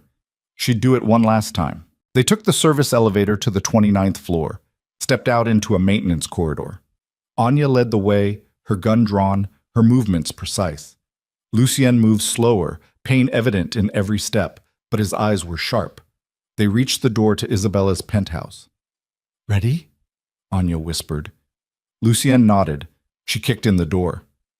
3 guards were waiting in the foyer. They went down before they could raise their weapons. Anya's shots were clean, professional, lethal. More guards poured in from the main room. The firefight was brutal and close. Elena fired without thinking, her training taking over. She dropped 1 guard, then another. Her hands were steady, her breathing calm. She'd stopped being afraid. When the shooting stopped, 6 bodies littered the marble floor. And standing in the center of the main room, framed by floor-to-ceiling windows overlooking the glittering city, was Isabella Moretti. She wore a white silk dress. Her hair was down. She looked like an angel, but her eyes were empty. Hello, brother, she said softly. Lucien stepped into the room. Blood seeped through his bandages. He was barely standing, but his gun never wavered. Isabella, you look terrible. She tilted her head. Did I do that? Victor did. You just helped. Semantics. She walked toward the windows. You know, I used to dream about this moment, about seeing you again, about what I'd say. And what did you decide? That I hate you. The words were delivered calmly, without heat. You let me die, Lucien. You buried me, moved on, forgot I existed. We thought you were dead. You didn't look hard enough. Her voice cracked. Victor told me you never searched, That you accepted my death because it was convenient, because I disobeyed father, because I loved the wrong man. That's not— Yes, it is. Isabella's eyes blazed. You chose the family over me, just like father would have, just like every Moretti before you, and now you have the audacity to walk into my home and judge me? You put a bounty on my head. You killed the man I loved. Victor was a monster. So are you! She screamed it. You're all monsters. The only difference is Victor never pretended to be anything else. Lucian lowered his gun slightly. I'm sorry for not looking, for believing you were dead, for all of it. But that doesn't change what you've done, the people you've hurt, the war you've started. Good, Isabella smiled. I want a war. I want to watch everything father built burn to the ground, and I'll start with you. She pulled a gun from behind her back. Elena fired.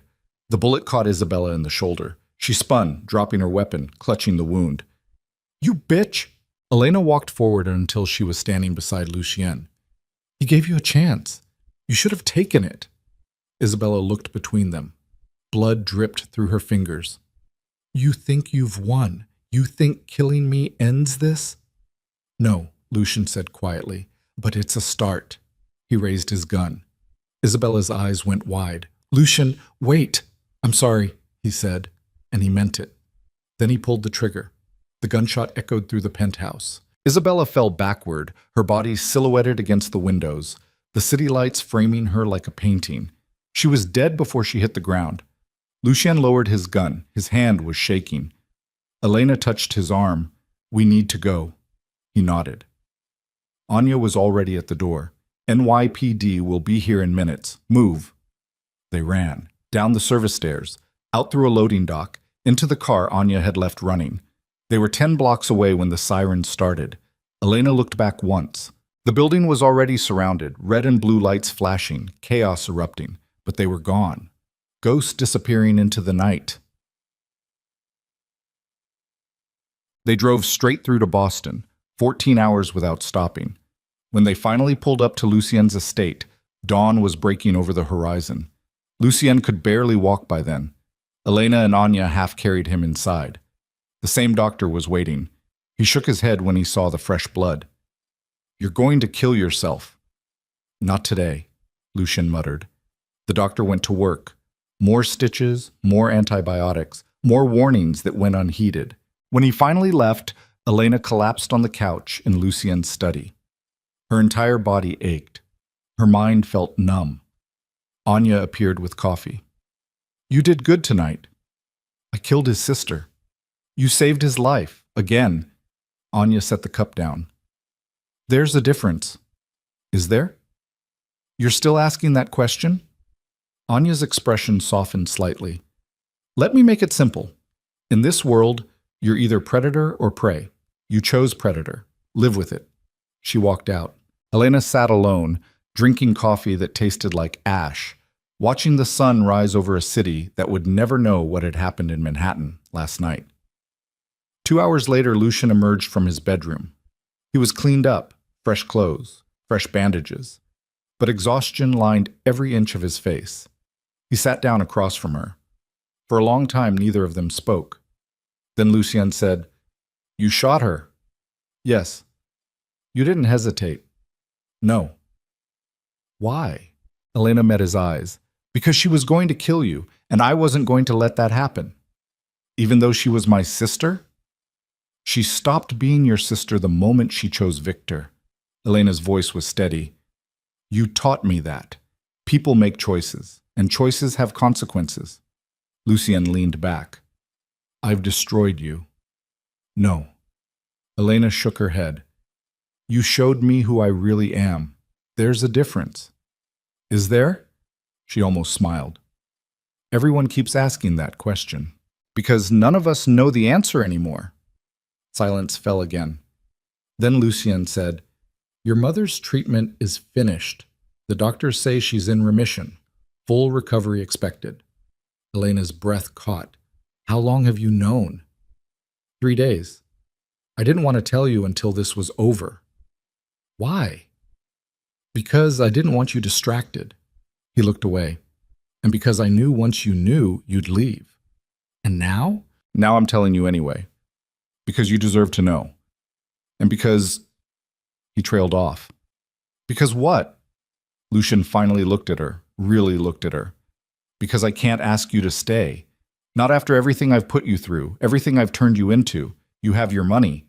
Your mother's alive. The deal's done. You're free. Elena stood, walked to the window, stared out at the grounds where this nightmare had started 4 months ago. I killed 3 people last night, she said quietly. Shot Isabella without hesitation. Helped you execute your own sister. And I don't feel guilty. I don't feel anything except relief that you're alive. She turned to face him. So tell me, Lucien, if I leave now, what do I go back to? A life where I pretend none of this happened, where I serve coffee and smile at strangers and act like I'm not someone who knows 14 ways to kill with her bare hands. You could try. I'd fail. She walked toward him. You were right. I've changed. I can't go back. And I don't want to. Lucian stood slowly. Then what do you want? Elena stopped in front of him, close enough to see the exhaustion in his eyes, the pain, the weight of everything he carried. I want you to stop lying to yourself, she said. Stop pretending you don't care. Stop pushing me away because you're afraid. I'm not afraid. Yes, you are. She touched his face. You're terrified. Of caring. Of losing someone again. Of being human instead of a monster. But guess what? I'm terrified too. And I'm doing it anyway. Lucien's hand came up, covering hers. If you stay, there's no going back. Ever. You'll be part of this world. Part of my world. And that means blood. And violence. And darkness. I know. You'll have to make choices that haunt you. I already have. People will try to kill you. Let them try. Lucien stared at her. Why? Why would you choose this? Because somewhere between the lies and the blood and the fear, I fell in love with the bastard who bought me. Elena's voice cracked, and I'm not walking away from that, even if it destroys me. The confession hung in the air between them. Lucien's jaw tightened, his eyes went dark. Don't. Don't what? Tell you the truth? Don't love me. His voice was raw. I'll ruin you. I'll turn you into something you'll hate. Elena kissed him. It wasn't gentle. It wasn't romantic. It was desperate and furious and tasted like blood and coffee and 4 months of violence and lies and truth they'd both been avoiding. When she pulled back, Lucien's eyes were wet. I can't give you normal, he whispered. Don't want normal. I can't give you safe. I don't want safe. Then what do you want? You. Elena pressed her forehead against his. Just you, however fucked up that is. Lucien's arms came around her, careful of his wounds, but holding her like she was the only real thing in his world. Okay, he said quietly. Okay. Okay. He pulled back enough to look at her. You stay, but on your terms. Not as property, not as a tool, as my equal. And your girlfriend? No. His thumb traced her jaw. My partner. In everything. Elena's chest tightened. That's all I wanted. It's going to be hell. Good. She almost smiled. I'm getting used to hell. Lucien kissed her again, softer this time, like he was trying to memorize the moment. When they finally broke apart, the sun was fully up. Light streamed through the windows, casting everything in gold. What happens now? Elena asked. Now we deal with the fallout from Isabella's death, rebuild, strengthen alliances, prepare for whatever comes next. Together? Together. Elena nodded. Then she thought of something. The pendant, the tracker. Lucian's hand moved to her throat, unclasped the chain, let it fall into his palm. You don't need this anymore, he said. I know exactly where you are. Where's that? Right where you belong.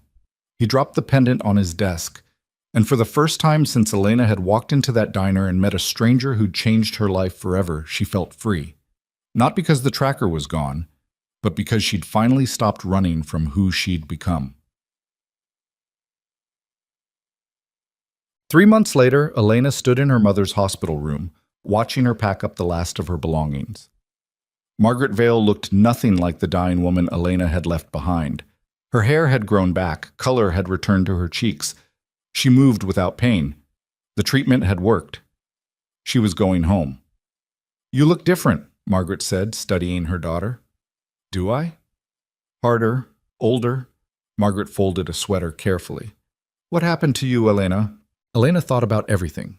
The warehouse, the compound, the bodies, the blood. "I survived," she said simply. "Did you?" The question was sharper than it should have been. Elena met her mother's eyes. "What do you want me to say? That I'm still the same scared girl who left here 4 months ago?" "I'm not. That girl died." "And who are you now?" "Someone who can protect you. Someone who can protect herself." Margaret was quiet for a moment. "And Lucien Moretti? What about him? Do you love him?" Elena didn't hesitate. "Yes. Even knowing what he is? Because of what he is." Elena helped her mother zip up the suitcase. "He gave me strength when I had none. He showed me I could be more than a victim. And yes, he's dangerous. Yes, he's killed people. Yes, he operates outside the law, but he's mine, and I'm his." Margaret studied her for a long moment. "I don't recognize you anymore." "Good." Elena picked up the suitcase. "The old me would have let Nathan steal everything and died broke and alone. The new me survives." They walked out of the hospital together. A car was waiting. Not Lucian's car. Just a regular sedan Elena had bought with her own money. She'd taken the $500,000. Put most of it in a trust for her mother. Kept enough to start over if she ever needed to. But she wouldn't need to. She was exactly where she wanted to be. She drove her mother to a new apartment Elena had rented in a safe neighborhood far from Dorchester, paid a year's rent in advance, hired a nurse to check in twice a week. "You didn't have to do all this," Margaret said. "Yes, I did." Elena hugged her. "I love you, and I'm going to make sure you never have to worry about money or medical bills or anything ever again." "At what cost?" "A cost I'm willing to pay." Margaret held her tight. "Be careful, Elena. Men like Lucien Moretti don't love. They own." "Maybe." Elena pulled back. "But I own him right back." She left before her mother could argue. Chag. Elena drove back to the estate as the sun set. The gates opened automatically now.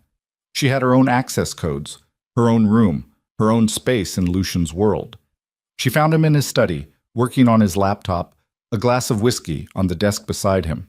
He looked up when she entered. "How's your mother?" "Good. Settled in. Happy." "Good." Elena walked around the desk, sat on the edge. "We need to talk." Lucien closed the laptop. "About?" "The future. What we're doing. Where this goes." "I told you. You're my partner. I know, but I need more than words." Elena leaned forward. "I need to know what that means. Am I part of your business? Do I have a say in decisions? Or am I just the woman who sleeps in your bed and knows how to shoot?" Lucien studied her face. "What do you want?" "I want in, completely. I want to know everything you do. I want to be involved. I want to matter." "You already matter. Then prove it." Lucien was quiet for a moment, then he opened a drawer in his desk and pulled out a folder. "This is Victor's old territory. Isabella tried to hold it, but failed. It's up for grabs." He slid the folder toward her.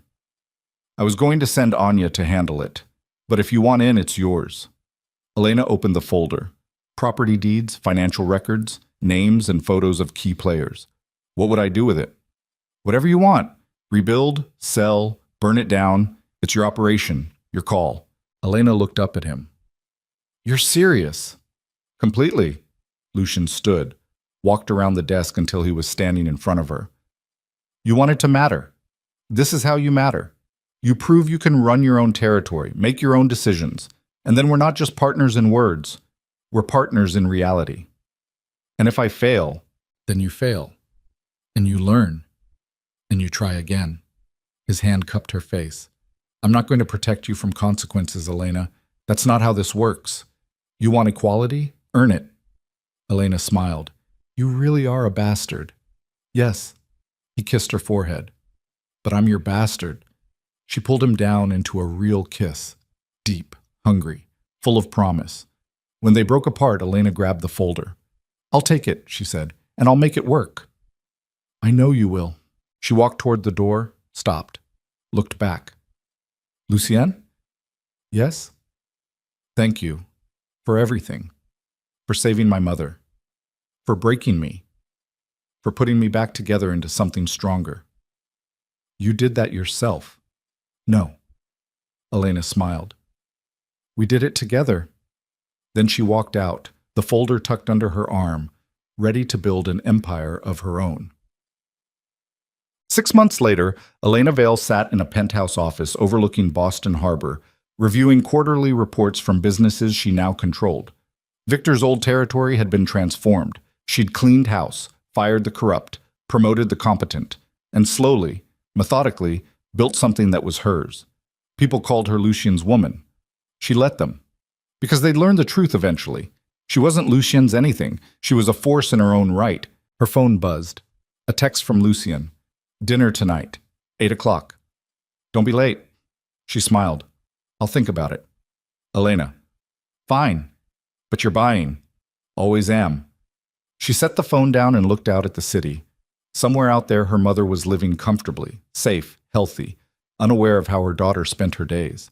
Somewhere out there, the families who'd tried to move on Victor's territory were licking their wounds, having learned the hard way that the woman who'd killed Victor Sorin wasn't someone to underestimate. And somewhere in the estate she now called home, Lucien Moretti was probably smiling, proud of the monster he'd created. Elena had walked into a diner 4 months ago, desperate and broken. She'd walked out a killer, and she'd never been happier. Because sometimes survival meant becoming the thing you feared most. Sometimes strength meant embracing the darkness. And sometimes love meant finding someone who saw your worst self and chose you anyway. Elena Vale had sold her soul to save her mother's life. But what she'd gained in return was priceless. Power, purpose, partnership. And a man who taught her the most important lesson of all. In a world built on violence and lies, the only way to survive was to become more dangerous than the people trying to destroy you. She'd learned that lesson well, and she'd never forget it. The city glittered below her like a kingdom waiting to be claimed. Elena picked up her phone and made a call. Anya, it's me. I need you to pull together a team. We're expanding